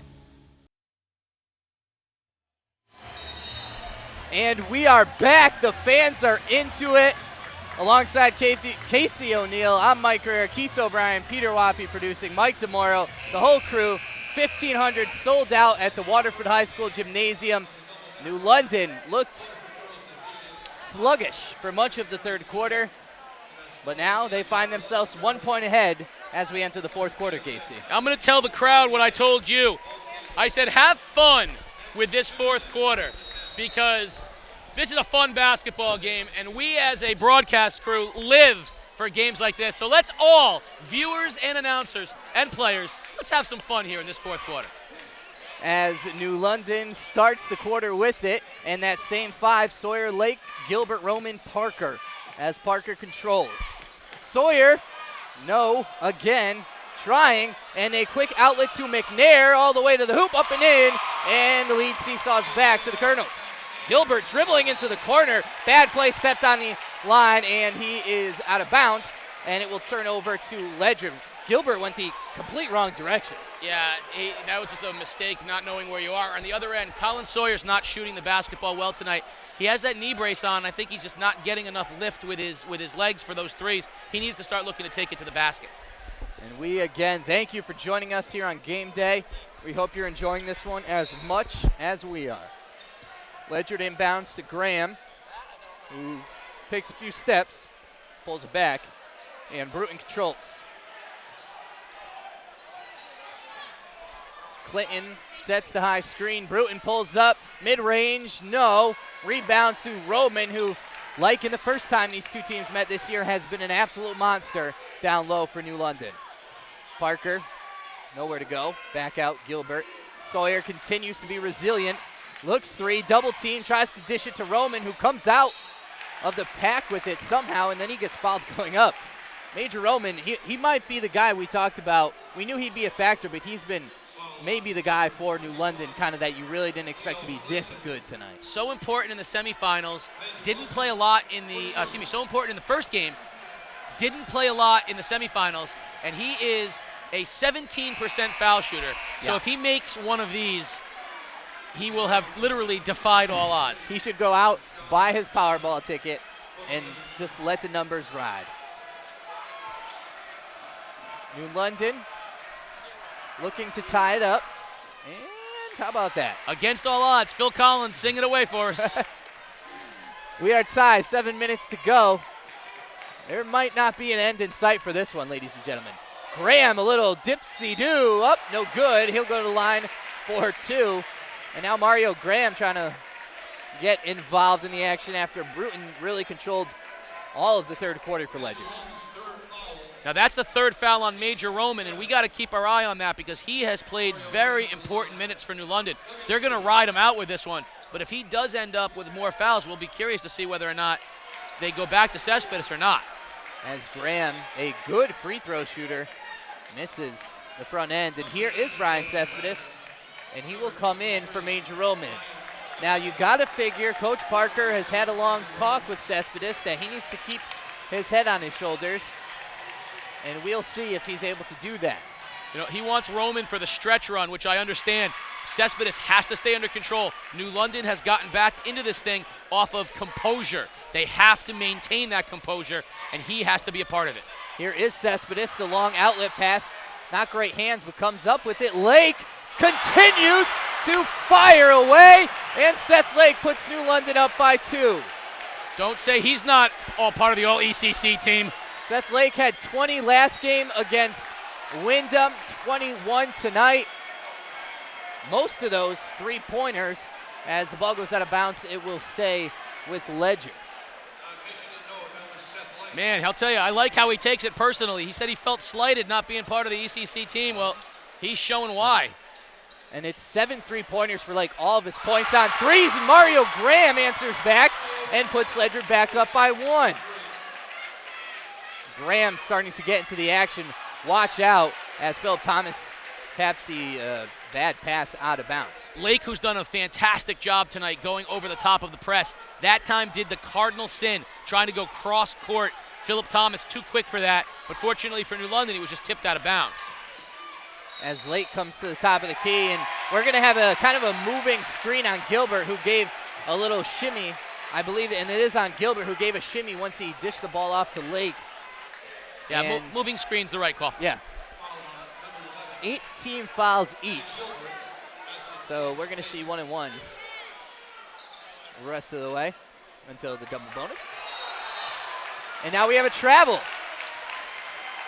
So remember, they're still high school kids. And a mistake there. New London gets it on their side of the court, and Gilbert controls. Lake, Cespedes, Sawyer, Gilbert, and we have a steal by Graham, who lays it up and in. So Mario Graham really starting to show why he is such a crucial part of this Ledyard team. Another easy press break for New London. Sawyer, no, back iron as you see him kind of crank his head back saying, geez Louise, and then Bruton the other way will go to the free throw line for 2. Mario Graham now with 11, so he's quietly worked his way into double figures for Ledyard. I know Colin Sawyer, I asked him, would you always want to take the last shot? And he said, well, you know, if I'm not shooting it well, I might look to pass to a teammate. And I said, you know, don't all great shooters think the next one's going in no matter how bad they're shooting? And he smiled kind of. He said, yeah. Well, right now he's not shooting it very well, but he still thinks the next one's going in. So you never can you know, sleep on a great shooter like Colin Sawyer. And he's keeping his head up as we have a timeout from Ledyard before the Bruton free throws. And we have 4 fouls now, we're just informed. That last foul was on Sawyer. So he has 4, but 5:43 left in the ECC title game. You probably leave him in there and ride it out, hope he doesn't foul out, and hope he can get going with the shot or something of that nature. You know, 4 on Sawyer, 3 on Parker, 3 on Roman. A lot of foul trouble right now for the Whalers. And as poor a shooting night as Sawyer's had, you certainly don't want him to be out of this ball game. So no matter how bad a shooting night he's had, he's still the most important, you know, guy in a lot of the offensive sets for New London. So down 3, a lot of time left, a lot of foul shots to be. That's right, we're dancing here too. Woo! It's March, baby. You see a young Ledyard fan whose father may or may not be an assistant coach. Do we see? I was just going to ask you during that timeout, do we see Nabate Metz back in this game? And he was no already sooner on the, does he walk was up. already on the floor. Come on. I know. He came back in during the foul. It was a loaded question. As Brian Cespedes is back out, and the box top of Major Roman is back in on the block. And Cespedes actually getting looked at by the trainer. Maybe he got cut up a little bit. First free throw by Bruton is good. Somewhere Kid in Play is saying, come on, Major, just let it keep growing. Let's get it a little taller. That thing is phenomenal. Ledyard's been better at the foul line so far than New London. Certainly. We saw Parker miss 4 straight earlier in the half as the lead now 5 for Ledyard. So New London, all the effort, all the energy, still down by 5 after taking the lead at the buzzer of the third quarter. Metz, who has been quiet and has been on the bench for most of this one, trying to make a difference now. He gives it to Sawyer. Graham's got the assignment on Lake. Sawyer drives with the one-handed layup, and we have another charge, and that is it. So the leading scorer, one of the state's top players, is out of the game with 5 fouls and 1 point to his name. That's got to be tough for Colin Sawyer to swallow. Well, New London, it's gut check time. You've got your best player off the floor. Let's find out what Keith O'Brien's got. Keith? Guys, during that last time out, Coach Dave Cornish grabbed a drink of water in front of me. He said, we got a hell of a game here, don't we? I think that about sums it up. Keep an eye on these seniors. Seth Lake has got to step up now that Colin Sawyer is out of the game. He's been hot as a pistol. Why not continue to ride him? Yeah, thank you, Keith. And that is a huge point for New London. Lake has been the guy all game, and we'll have to see if Lake continues to be the guy. New London trailing by 5, Sawyer out. We'll see who else can step up if it's not Seth Lake. Well, you know, it's interesting. They brought Gilbert into the game. I was wondering whether they'd try to go big with Cespedes, whether they try to bring Terrell Martinez into the game, but they're going to go with another ball handler in Gilbert, who also can shoot it a little bit. On the other side of things, what a big relief it is for Ledyard. Really, you only have to guard Seth Lake now. I mean, obviously, Parker and Roman can score around the basket, but out on the perimeter, it's Lake. They're going to face up on Lake, and I think that's going to be the focus point of the Ledyard defense. And we'll see. By the way, that's the 3rd or 4th charge Ledyard has drawn tonight, so a great job around the basket on defense. As a block by Roman, looked like it went out of bounds on New London, and it did. Roman kind of got a tip on it, but again, Roman making such an impact, and we talked about his shot blocking ability. He's probably a better shot blocker than Cespedes, even though maybe he's an inch or 2 shorter. First time we've seen Bruton get his shot blocked, too. He's so good at getting the shot off. Inbound to Graham, 3. Nope. Rebound, Roman fighting for it, comes out to Bruton with the long arms, chasing it down, almost loses it, and does. Parker saves it to Lake. Drives, pops, no good, and he'll go to the line for 3 free throws. So if it doesn't go down for Seth Lake, he'll still get a chance to get 3 points on this possession. And Seth Lake, you gotta admire and be impressed with the confidence. I mean, in transition, he's guarded. Wasn't really a great look, but popped it anyways and got the foul. You know, a couple of years ago when Lake and Sawyer came to New London, they were sort of neck and neck with each other as the scorers for the Whalers. And it was not until Sawyer really emerged a little bit later on that Lake took on more of the shooter's role and Sawyer took on more of the scorer's role. But Seth Lake has made big shots throughout his career at New London. Game-winning shots, crucial shots. He's also a very good foul shooter, and they're not going to be afraid to put the ball in his hands, and he's not going to be afraid to take the big shot. Lake, the first 2, and all 3 free throws, which is not an easy task, and the lead back to 2 for Ledyard as Bruton controls. So I ask you out there in game day world, was it all you had hoped for? I think I would say yes, but I'm just the one vote. Gilbert guarding Graham. That's a tough matchup for Graham. Gilbert, size-wise, matches up well. Bruton, floater in the lane, gets the bounce, and Bruton found himself open and added 2 more points to his ledger. Now has 25. Such a soft touch. Nabate Metz drives, no look. Gilbert, 3, and that's good. And there's Nabate Metz creating a little fancy, but creating a shot. Gilbert hits the 3, and then a turnover on the inbounds. And Eddie Gilbert getting involved. This thing is back and forth, and for those of you at home, if you can't feel the emotion in our voices, the emotion in this crowd. Every play is contested. Every play has people on the floor. They're diving. These kids are leaving it all on the court tonight. Metz, the smallest guy for New London to inbound, gets it to Parker, who's in a tough spot, tries to drive, gives it to Roman, tries to back in Young, decides against it. Lake thought about the three, still looking for it, gives it off to Metz. Metz, nowhere to go. Now a three. Lake, yep. You can see that was going down halfway through. Right out of his hand. The kid can shoot it, and he's feeling it tonight. Whalers back on top. 27 KC for Seth Lake now. Bruton looking to drive. He pops his own three, in and out. He went down, looked for a foul, no good. And Gilbert gets the long board. I thought for sure that one was going down. He's gotten every roll tonight. That's the only one he hasn't gotten so far. I think he paid off the rims before this game. Graham is on Lake. They've got to find a way to stop him. He is right now the catalyst for this Whaler offense. New London slowing down the pace of things, setting up the play. Metz, who has the confidence, even though he's struggled in this one, never lacking in that department. 3 minutes to play, New London a 2-point lead. Bruton, such a good defender, sometimes gets lost in his great offensive ability. Roman rolling to the hoop, and a great pick and roll. It's a taste of their own medicine for Ledyard.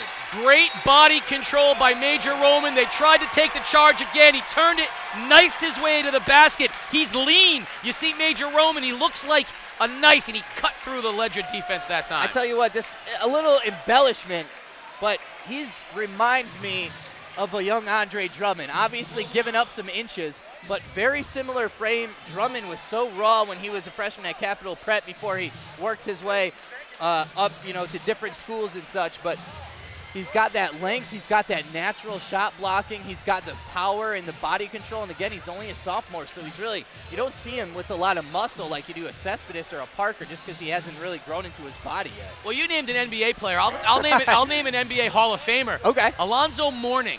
When he was 15 years old, I've seen pictures of Alonzo Mourning. He was one of the best players in the country. I'm not saying that Major Roman's that, but Mourning was the same thing. He was lean, muscle, he was tall and lanky, and he was actually a guy that played not back to the basket. He learned that a little bit later on. So we went from an NBA player to an NBA Hall of Famer in one sentence. So Major Roman, there's some shoes to live up to. Nice moves there. That was some major dance moves. And after that timeout, each team has 2 timeouts left. And you mentioned it, Roman really doesn't. We haven't seen him post up a lot. Most of what he does is in transition on rebounds or on little screening rolls. His brother going to Yale, one of the best football players in the state. Major Roman, 2 more years. I think you're going to hear his name called an awful lot. 2:45 to play. You see on your screen. As Bruton controls, New London has 10 team fouls, Ledyard with 9, so both teams will be in the double bonus. Next, Ledyard foul and a steal as Bruton tried to give it up in the lane. Metz finds it in his hands, and he'll slow it up. Metz staring down Bruton, and he gives it off to Parker, trapped in the corner, almost loses it, finds Gilbert open on the other side. Metz almost trapped at half court. Roman comes out for it. Ledyard really bringing the pressure out. And now we are going to have a timeout by Coach Parker, not liking what he's seeing in terms of his team's ability to handle the far out pressure of Ledyard. So game reset quickly. New London with the lead, 10 fouls for New London, so Ledyard will shoot 2. Ledyard has 9, so New London will shoot 2 as well next foul. And I want to take this opportunity as we see that New London's on an 11-2 run. I've gotten tons of compliments this year on how great this production looks. Everyone says what a beautiful job the game day crew does. You hear a lot from me, you hear a lot from Mike, you hear a lot from Keith O'Brien. You hear us drop the name Mike DeMoro, who's an integral part of this whole thing. And of course, Peter Wappy is the producer upon all producers. But what you don't often hear are some of the names of the crew members. Oh, that's a Johnson right Teach there. Him how to, Dougie. Teach him. Montez Johnson and Lisa Johnson, Colchester residents right there, and that's one of the Johnson boys, famous up there in Colchester. But I want to say, listen, this kind of broadcast is something special, and it can't happen without some people like Carlos Verheen, Tim Cook, Shelly Yang, Eric Strand, Karen DeMoro. That's the camera crew that does everything. Peter Wappy directing the traffic. All these beautiful shots you see, all this great work. It's hard work by a dedicated and diligent staff. So as we get to the end of this game, things might become a little bit, more important for us to broadcast. I don't want to lose sight of what great crew. And we saw a steal by recently entered Isaiah Campbell, and Devontae Metz, so quick-footed, quick-handed, gets it right back. And I agree 100% with you, Casey, as Metz drives to the hole, no good, ball out of bounds, and it's like an iceberg. We're the 1/8, we're the tip. Everything else is really under the surface. Yeah, I mean, I look back at these broadcasts, and I'm so proud to be a part of them, but I'm only proud to be a part of them in part because they look so visually stunning. They're beautiful. And, Peter Wappy, someday someone's going to figure out that he should be producing things, he should produce something that's going to win an Oscar someday. Perhaps, and then we can say we knew him when. Absolutely. We had a turnover on the other end. It went out of bounds on New London, so Ledyard controlling now, back to action. Again, 4-point lead, you see.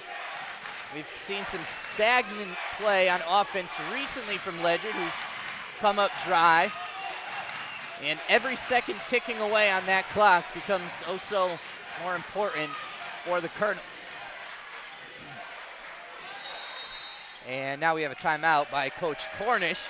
So we had a timeout by Coach Parker. He didn't like what he was seeing, and now we have a timeout from Coach Cornish because he didn't like what he was seeing. Well, I'm going to tell you what this is like. So you got Rocky and Apollo. They've gone 14 of the 15 rounds. They've beat each other senseless. They come out for round 15. They're bloodied. They got nothing left in the tank, and they're both so afraid of getting hit with one big shot that they kind of just stand around and look at each other and, not wanting to be the one that makes the mistake. And with 1:24 remaining, these two teams right now, they just don't want to make the mistake because if Ledyard turns it over, we're getting New London in to shoot foul shots. New London certainly doesn't want to lose this 4-point lead. So right now, both teams, after all this energy, just a little tentative. Yeah, the pace has really slowed the last minute and a half or so after New London pushed the lead to 65-61. On the floor for New London, your typical 5 Mets, Gilbert, Lake, Parker, and Roman. Campbell will inbound it for Ledyard, Graham, Bruton, Phillip Thomas, and Leo Clinton in the game. Bruton controls at the top. Double team comes, Roman, and a travel, and that's all Major Roman right there. Bruton dribbled into the post, and Roman just put his arms up, and Bruton had nowhere to go. Yeah, Seth Lake's been the story offensively, but Major Roman's been the story defensively. And now the pressure of Ledyard. Cross-court pass Parker, and New London, again, the ability to pass over the press has been so successful for them. Gilbert almost trapped. Lake dribbles through the pressure. Off to Roman. Goes up for it. He gets fouled, and he'll go to the line. 17% free throw shooter, and he was on his way for a dunk and got knocked away. Now, this is one of the interesting things to talk about. You've got C.J. Parker in the game, who's a below 50% foul shooter, and you got Major Roman in the game, who's a below 20% foul shooter. So New London breaking pressure is going to get the ball to one of those two guys, and they have struggled from the foul line. So it is going to be a hack a major. He made one of two. Hack a whaler. Making one right now would be huge for New London as they're up 4. Right now, you got to put Roman to the line every chance you get, or you got to put Parker to the line. Parker's been a senior. He's made some big foul shots when they've counted. Right now, Major Roman is on that island known as the free throw line. And you're going to see a lot of substitutions from Coach Cornish as he tries to limit foul trouble. He doesn't want his guys to foul out. We'll try to keep up with those as Roman misses both. And here comes Bruton. We have 60 seconds left to play in this ECC final. A long three, no good from McNair. Not the guy you want shooting that shot, but Ledyard gets a fortunate rebound. Inside give from Bruton to Bird, and he gives it up. Here comes Lake. Numbers, he gives it off to Gilbert, who will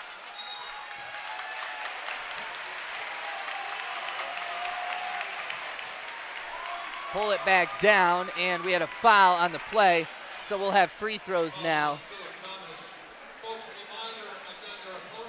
Lake that time decided to give it off to Gilbert, who's a 64% foul shooter, but Lake might have considered being a little more selfish that time. He's their best foul shooter on the floor. I might have held on to the basketball to see if they would foul me instead.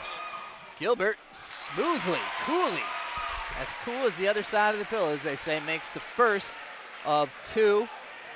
And it is a 5-point game. This would put them up by 6. No, so 2 possessions, a 3 and a 2 does it for Ledyard.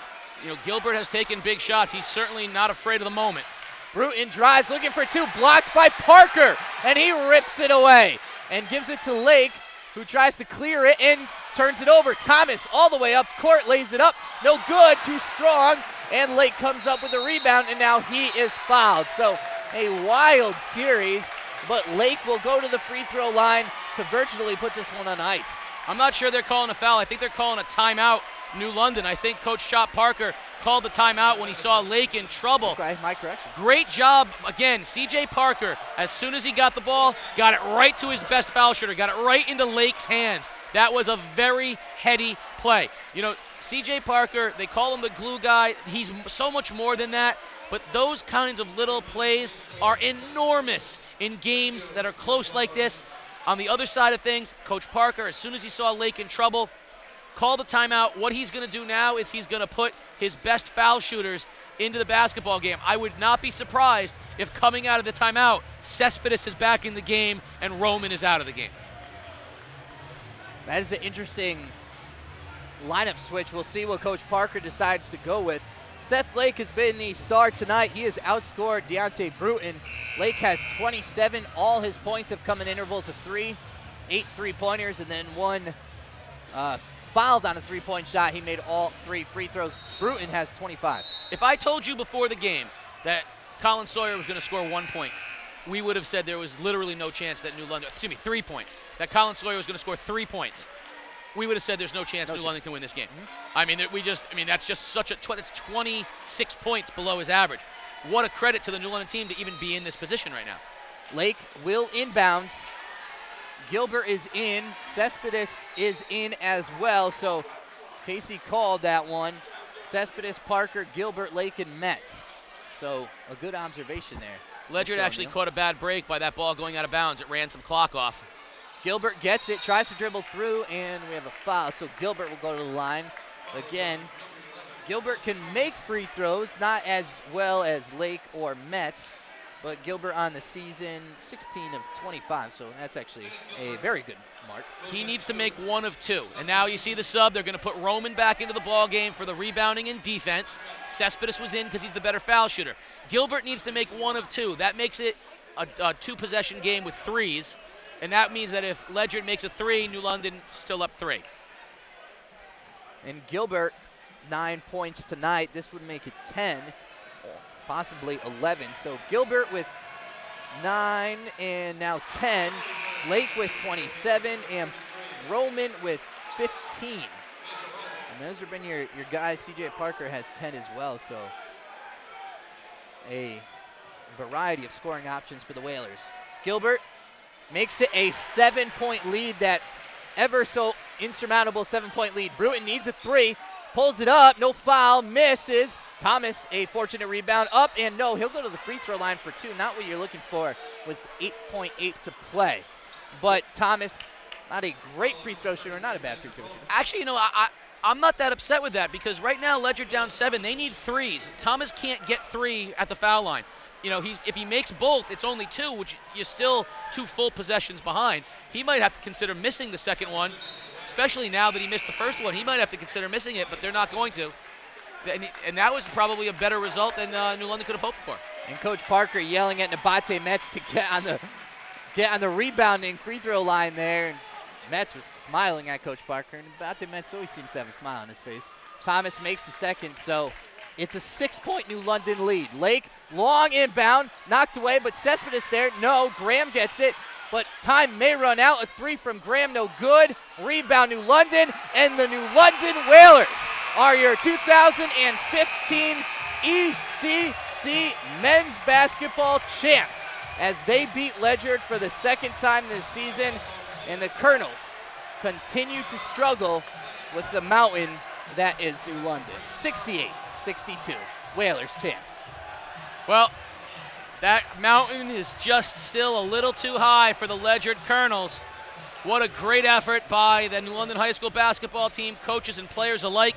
They stay undefeated. They win another ECC championship. They are on to Class L as the #1 seed and a favorite to contend, if not win, their 10th state championship at New London High School.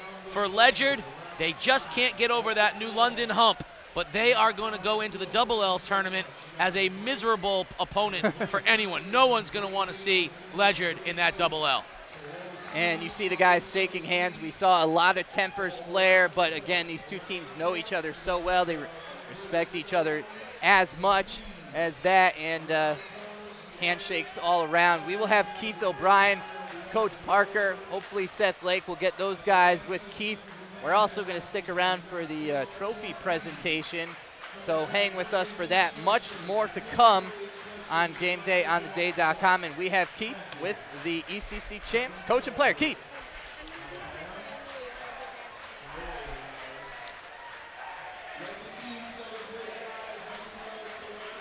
And we're having some problems with Keith's mic right now, so we'll get it right back down to Keith in a second when we get those things figured out. But right now it looks like we have a little dead battery. But there's plenty to talk about, and Coach Parker and Seth Lake aren't going anywhere. They have a championship trophy to get. Let's talk about Seth Lake. This is a kid we featured in the Open. He's a guy that is left off the all-first team, honorable mention, kind of took it personally, and now 27 points in the MVP of tonight's game, no doubt about it. Yeah, we said Lake was a player to watch. He really was not only the catalyst, but made every big shot for New London, got threes to jump them off early, and made threes to get them back in it. And we see Keith and Seth and Coach just about getting ready, and they are ready. Go ahead, Keith. Hey, Coach, how proud are you of your team tonight? Very proud. That was a gutsy performance on our behalf. They came out, took a 6 or 8 point lead on us out the third. We battled back. Seth Lake shot lights out. Deontay Bruton played tremendous for them. It was just a great game all around. Coach, you won tonight's game with your leading scorer, Colin Sawyer, only scoring 3 points. Yeah, Colin had a rough game, but you know what? He was out there. They had to respect him, and he opened things up for other kids. Now, how do you take this into the state tournament next week? We're just going to try to keep it going. All right. Let me grab Seth Lake here real quick. Seth, listen, 27 points, 24 on three-pointers tonight. Talk about your hot shooting performance. Yeah, well, I guess it was my night. They were guarding Colin pretty tight, and the shots were falling, so I stepped up. Is it 27 points any kind of vindication to the ECC snub you got tonight? I'm not going to comment on that. I'll leave that as it is. All right, so what does this mean for you guys as a team moving forward into the state tournament? Well, it's a big win. Ledyard's a good team, and it always means something when we beat one of the other good teams in the ECC. It was a big rivalry this year, and it was good to come out on top for both games. A game like this has got to help you in the state tournament when your back's against the wall a little bit, knowing the guys when it's gut check time, you guys can reach down deep and pull it out. Yeah, we're going to face teams just as tough as Ledyard, if not tougher, in the state tournament. So it was a good way to get ready for the state tournament so that we can go out and we can play those teams and we can play them as we did tonight and win. All right, celebrate with your teammates. Seth Lake, the star of the game tonight for New London High School, guys. I don't think anybody could have asked for anything more than a high school basketball game than what we had. Been an honor, fellas. Great call, great game. Keith, thank you so much. It's been our pleasure as well working with you on game day this season. It's been absolutely fantastic. We are now in the Ledyard High School post-game show here on game day on theday.com as everyone tries to catch a breath. You see the New London team. They have the plaques. They have the trophy. Another ECC title added to the wall. Another ECC plaque added to the cabinet.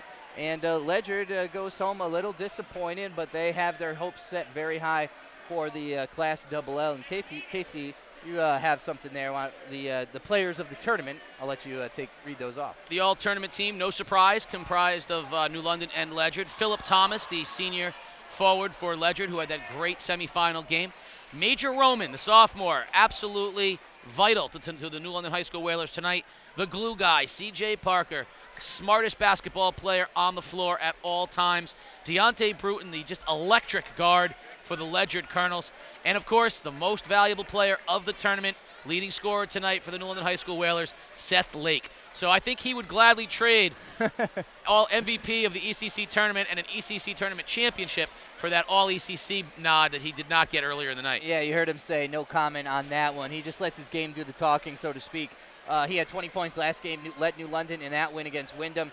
27 tonight, so just really impressive stuff. We have lots more to come. Don't worry, it's our last one, so we're going to stick it here on GameDayOnTheDay.com. But first, let's pay the bills. We'll take a little break and come right back on Ledyard High School post-game show. New London ECC champs. You're watching Game Day on theday.com. At Ledyard High School, we are athletes and fans. We are musicians. We are home to an agri-science and technology center. We offer opportunities to earn college credit. We have 3 student publications and nearly 4 dozen extracurricular clubs. We're inclusive. We're compassionate. We're committed to excellence. We are 12 towns, 4 grades, 1 identity.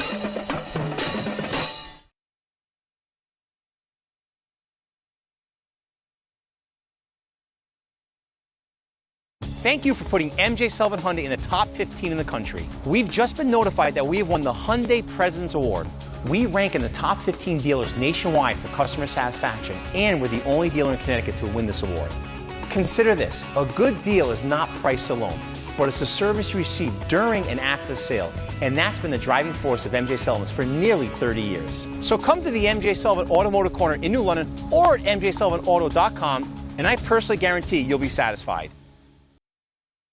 Welcome back on Game Day, live on theday.com. Welcome to the Ledyard High School postgame show. Ironic in that the Ledyard High School Colonels left it all on the court tonight, but were unable to overcome the New London High School Whalers, falling 68-62. We've got a lot more to bring you as the Whalers are celebrating. Let's take it down to the sidelines to the third man, Keith O'Brien. Keith? The New London senior C.J. Parker all smiles as he celebrates an ECC title. CJ, what was the message in the huddle when things were down a little bit, when you guys faced some adversity? What was Coach pounding into you guys in timeouts? We had to calm down, just take care of the ball. We were turning it over way too much, panicking, and that's not how we play. We're better than that, and we got it done. Did the speed and the absolute pressure, did that get you guys a little bit? Were you surprised at how fast and how physical they were with their press? Oh, they were very physical. The whole game was physical, and they're fast, of course, but we adjusted. It took a little bit of time, but we definitely got through it. Now, so what does this mean for you personally, winning an ECC title in your senior year? Oh, it's an amazing feeling. I watched us win like 6 in a row, and seeing them be in the championship every year, and now that I've done it, it's awesome. Yeah, now looking forward to the state tournament, obviously, next week. Definitely. We got a game on Tuesday, and we're just going to come out and try to make a big run. Let's grab another New London big man. Let's grab in here Major Roman. Major, listen, how does this feel right now? It feels great. We all played very well, and it's great to win the ECC championship. And I'm going to definitely just, I don't know. It got a little hectic out there with their press, though, didn't it? Yeah. We unfortunately had a lot of turnovers, but we were able to come back. We were down a little bit, but our shots are falling, and we're doing good overall. What can you say about that Ledyard basketball team over there? They're feisty, they're fast, and they play defense really well, and they have good talent. And fortunately, we came out top today. All right, so listen, next week, state tournament, you guys looking forward to it? Yes, we're ready to play, and it's gonna be a great time. Excellent. Couple of guys here, very, very happy New London Whalers tonight. Casey, I'm sure you're happy as well, being a New London guy. Well, I'd be lying if I said that I wasn't, always happy when the Whalers win a championship. I'm as impartial as I can be on the air, but I'm a Whaler. I have the green and gold in me, and I thought tonight though was a great example of why we love high school basketball. We talked about it. We built this thing up as a game that had to happen. It's almost inevitable that these two teams were going to play each other, and we got everything we hoped for. And there was a while in the game when I was afraid, and we talked about it, that the storylines were going to become about the passion on the court getting a little bit out of hand. But instead, between the officials, I can't say enough again about Tony Gigliotti and Greg Keith and Dave Cruz, what a great job they did. The coaches, Dave Cornish and Chop Parker, pulling their teams aside and saying, guys, it has to be about basketball. And once that happened, this game became a classic, and people will talk about it for a long time. There were 1,500 people in the gym. A few years from now, there will have been 8,000 people in the gym. A lot of people, wanted to see this one, and they got everything they had hoped for. Yeah, Major Roman answering some texts, some phone calls. Yeah, we just won the ECC. I scored 15 points, had a couple dunks, a couple blocks. What an enforcer he was tonight, the sophomore. That's actually John Calipari on the phone right now. Yeah, okay. He does get him early. It's probably not a recruiting violation either. So He's probably good. And we have our third member of our crew in here as well, Keith O'Brien. Keith, you want to jump in? Yeah, Casey, Mike, guys, what a ball game tonight. My question for Casey is, Mike as well, moving forward, what does this mean for both these teams in the state tournament? What is it, New London, they're going to see games like this. Ledyard, they're going to see games like this. It probably would help both teams. Great competition out there tonight. Well, my concern for Ledyard was that if they had won this game, it might have been more important to them than even the next game in the state tournament, and I would be worried they'd come out flat. I think there's an opportunity here for them to play with a chip on their shoulder now in Double L by not winning this game. And if they do that, they're going to be a tough out for everybody in Double L. Quite frankly, I don't mean to sound, arrogant speaking for New London High School, but ECC championships aren't what they play for. Chop Parker would tell you that. It's nice to win another one, but this game meant more to us and to the media than I think it does to New London, as far as that's great, but we expect to win ECC championships. Now it's on to the states. New London needs to take care of business. They have thrown some clunkers in down the stretch, and they need to take care of business. Class L is a treacherous class. They do not have an easy draw, and they are, going to have to play well to get to, deep in the tournament. So I think both of these teams will use this game as a springboard, because Ledyard's as athletic as anybody New London's going to see for a while, and on this other side of things, Ledyard's not going to see a better team than New London in the early going of Double L. Yeah, I think just to build on that a little bit, I think you saw the best and the worst of both teams tonight. I think you saw what Ledyard does so well with the pressure and the offense and the guards and the Deontay Brute and the flashiness, just all the abilities of the Ledyard team. And then the weaknesses, some of the lacking in height, some of the physicality that they don't have down low that New London was really able to take advantage of. And I think you saw the same thing with New London. You saw the height, the size, the ability to get scoring from multiple options, Sawyer, Lake, Parker, Roman, Metz. But then you saw at times they go into these lulls, they get into these funks, and you think you're watching two different teams. So I think it'll give both teams a chance to iron out a few final things before going into the tournament. And I think so often we heard Coach Parker talk about it.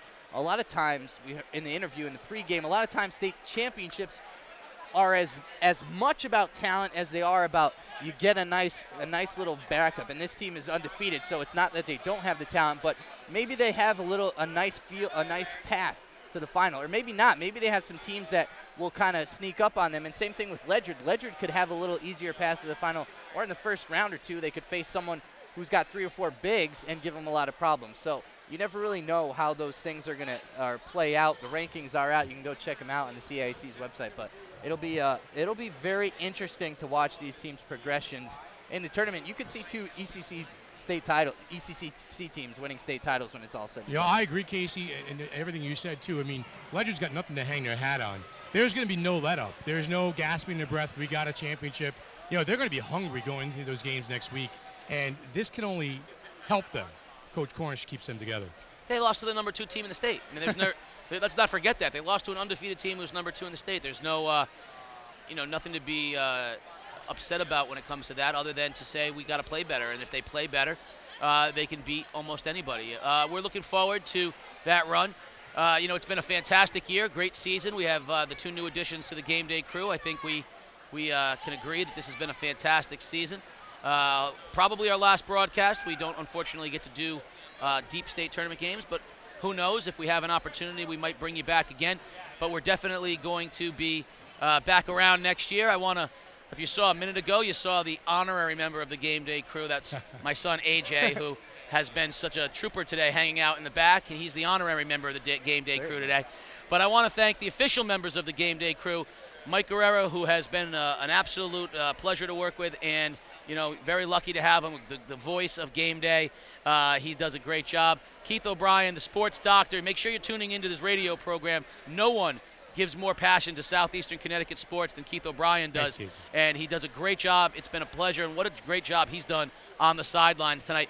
Mike DeMoro, the impeccable Mike DeMoro. You see his bald head right over there. Back there. Mike DeMoro, who you all know as the great sports writer of the New London Day. Again, be thankful that you have someone like Mike DeMoro. He could be writing for the Philadelphia newspapers, the New York newspapers. We've got him here in southeastern Connecticut, and we're lucky to have him. And we have Karen DeMoro, one of our camera people, and she has been working hard. Tim Cook, another one of our fantastic camera members. We got Shelly Yang, one of our camera crew. Eric Strand, another one of our impeccable camera people who bring you these games. And, of course, Carlos Verheen, and all of them at the direction of the truly talented Peter Wappy. I can't tell you how much work Peter Wappy puts into those profiles and the individual segments you see on kids. We are very grateful to have all of them together. What a game day crew we have. So on behalf of me, on behalf of Mike, Keith, Mike, Peter, and the entire camera crew, what a season it's been. New London High School, 2015 ECC champions. From the game day crew, have a wonderful night, everybody.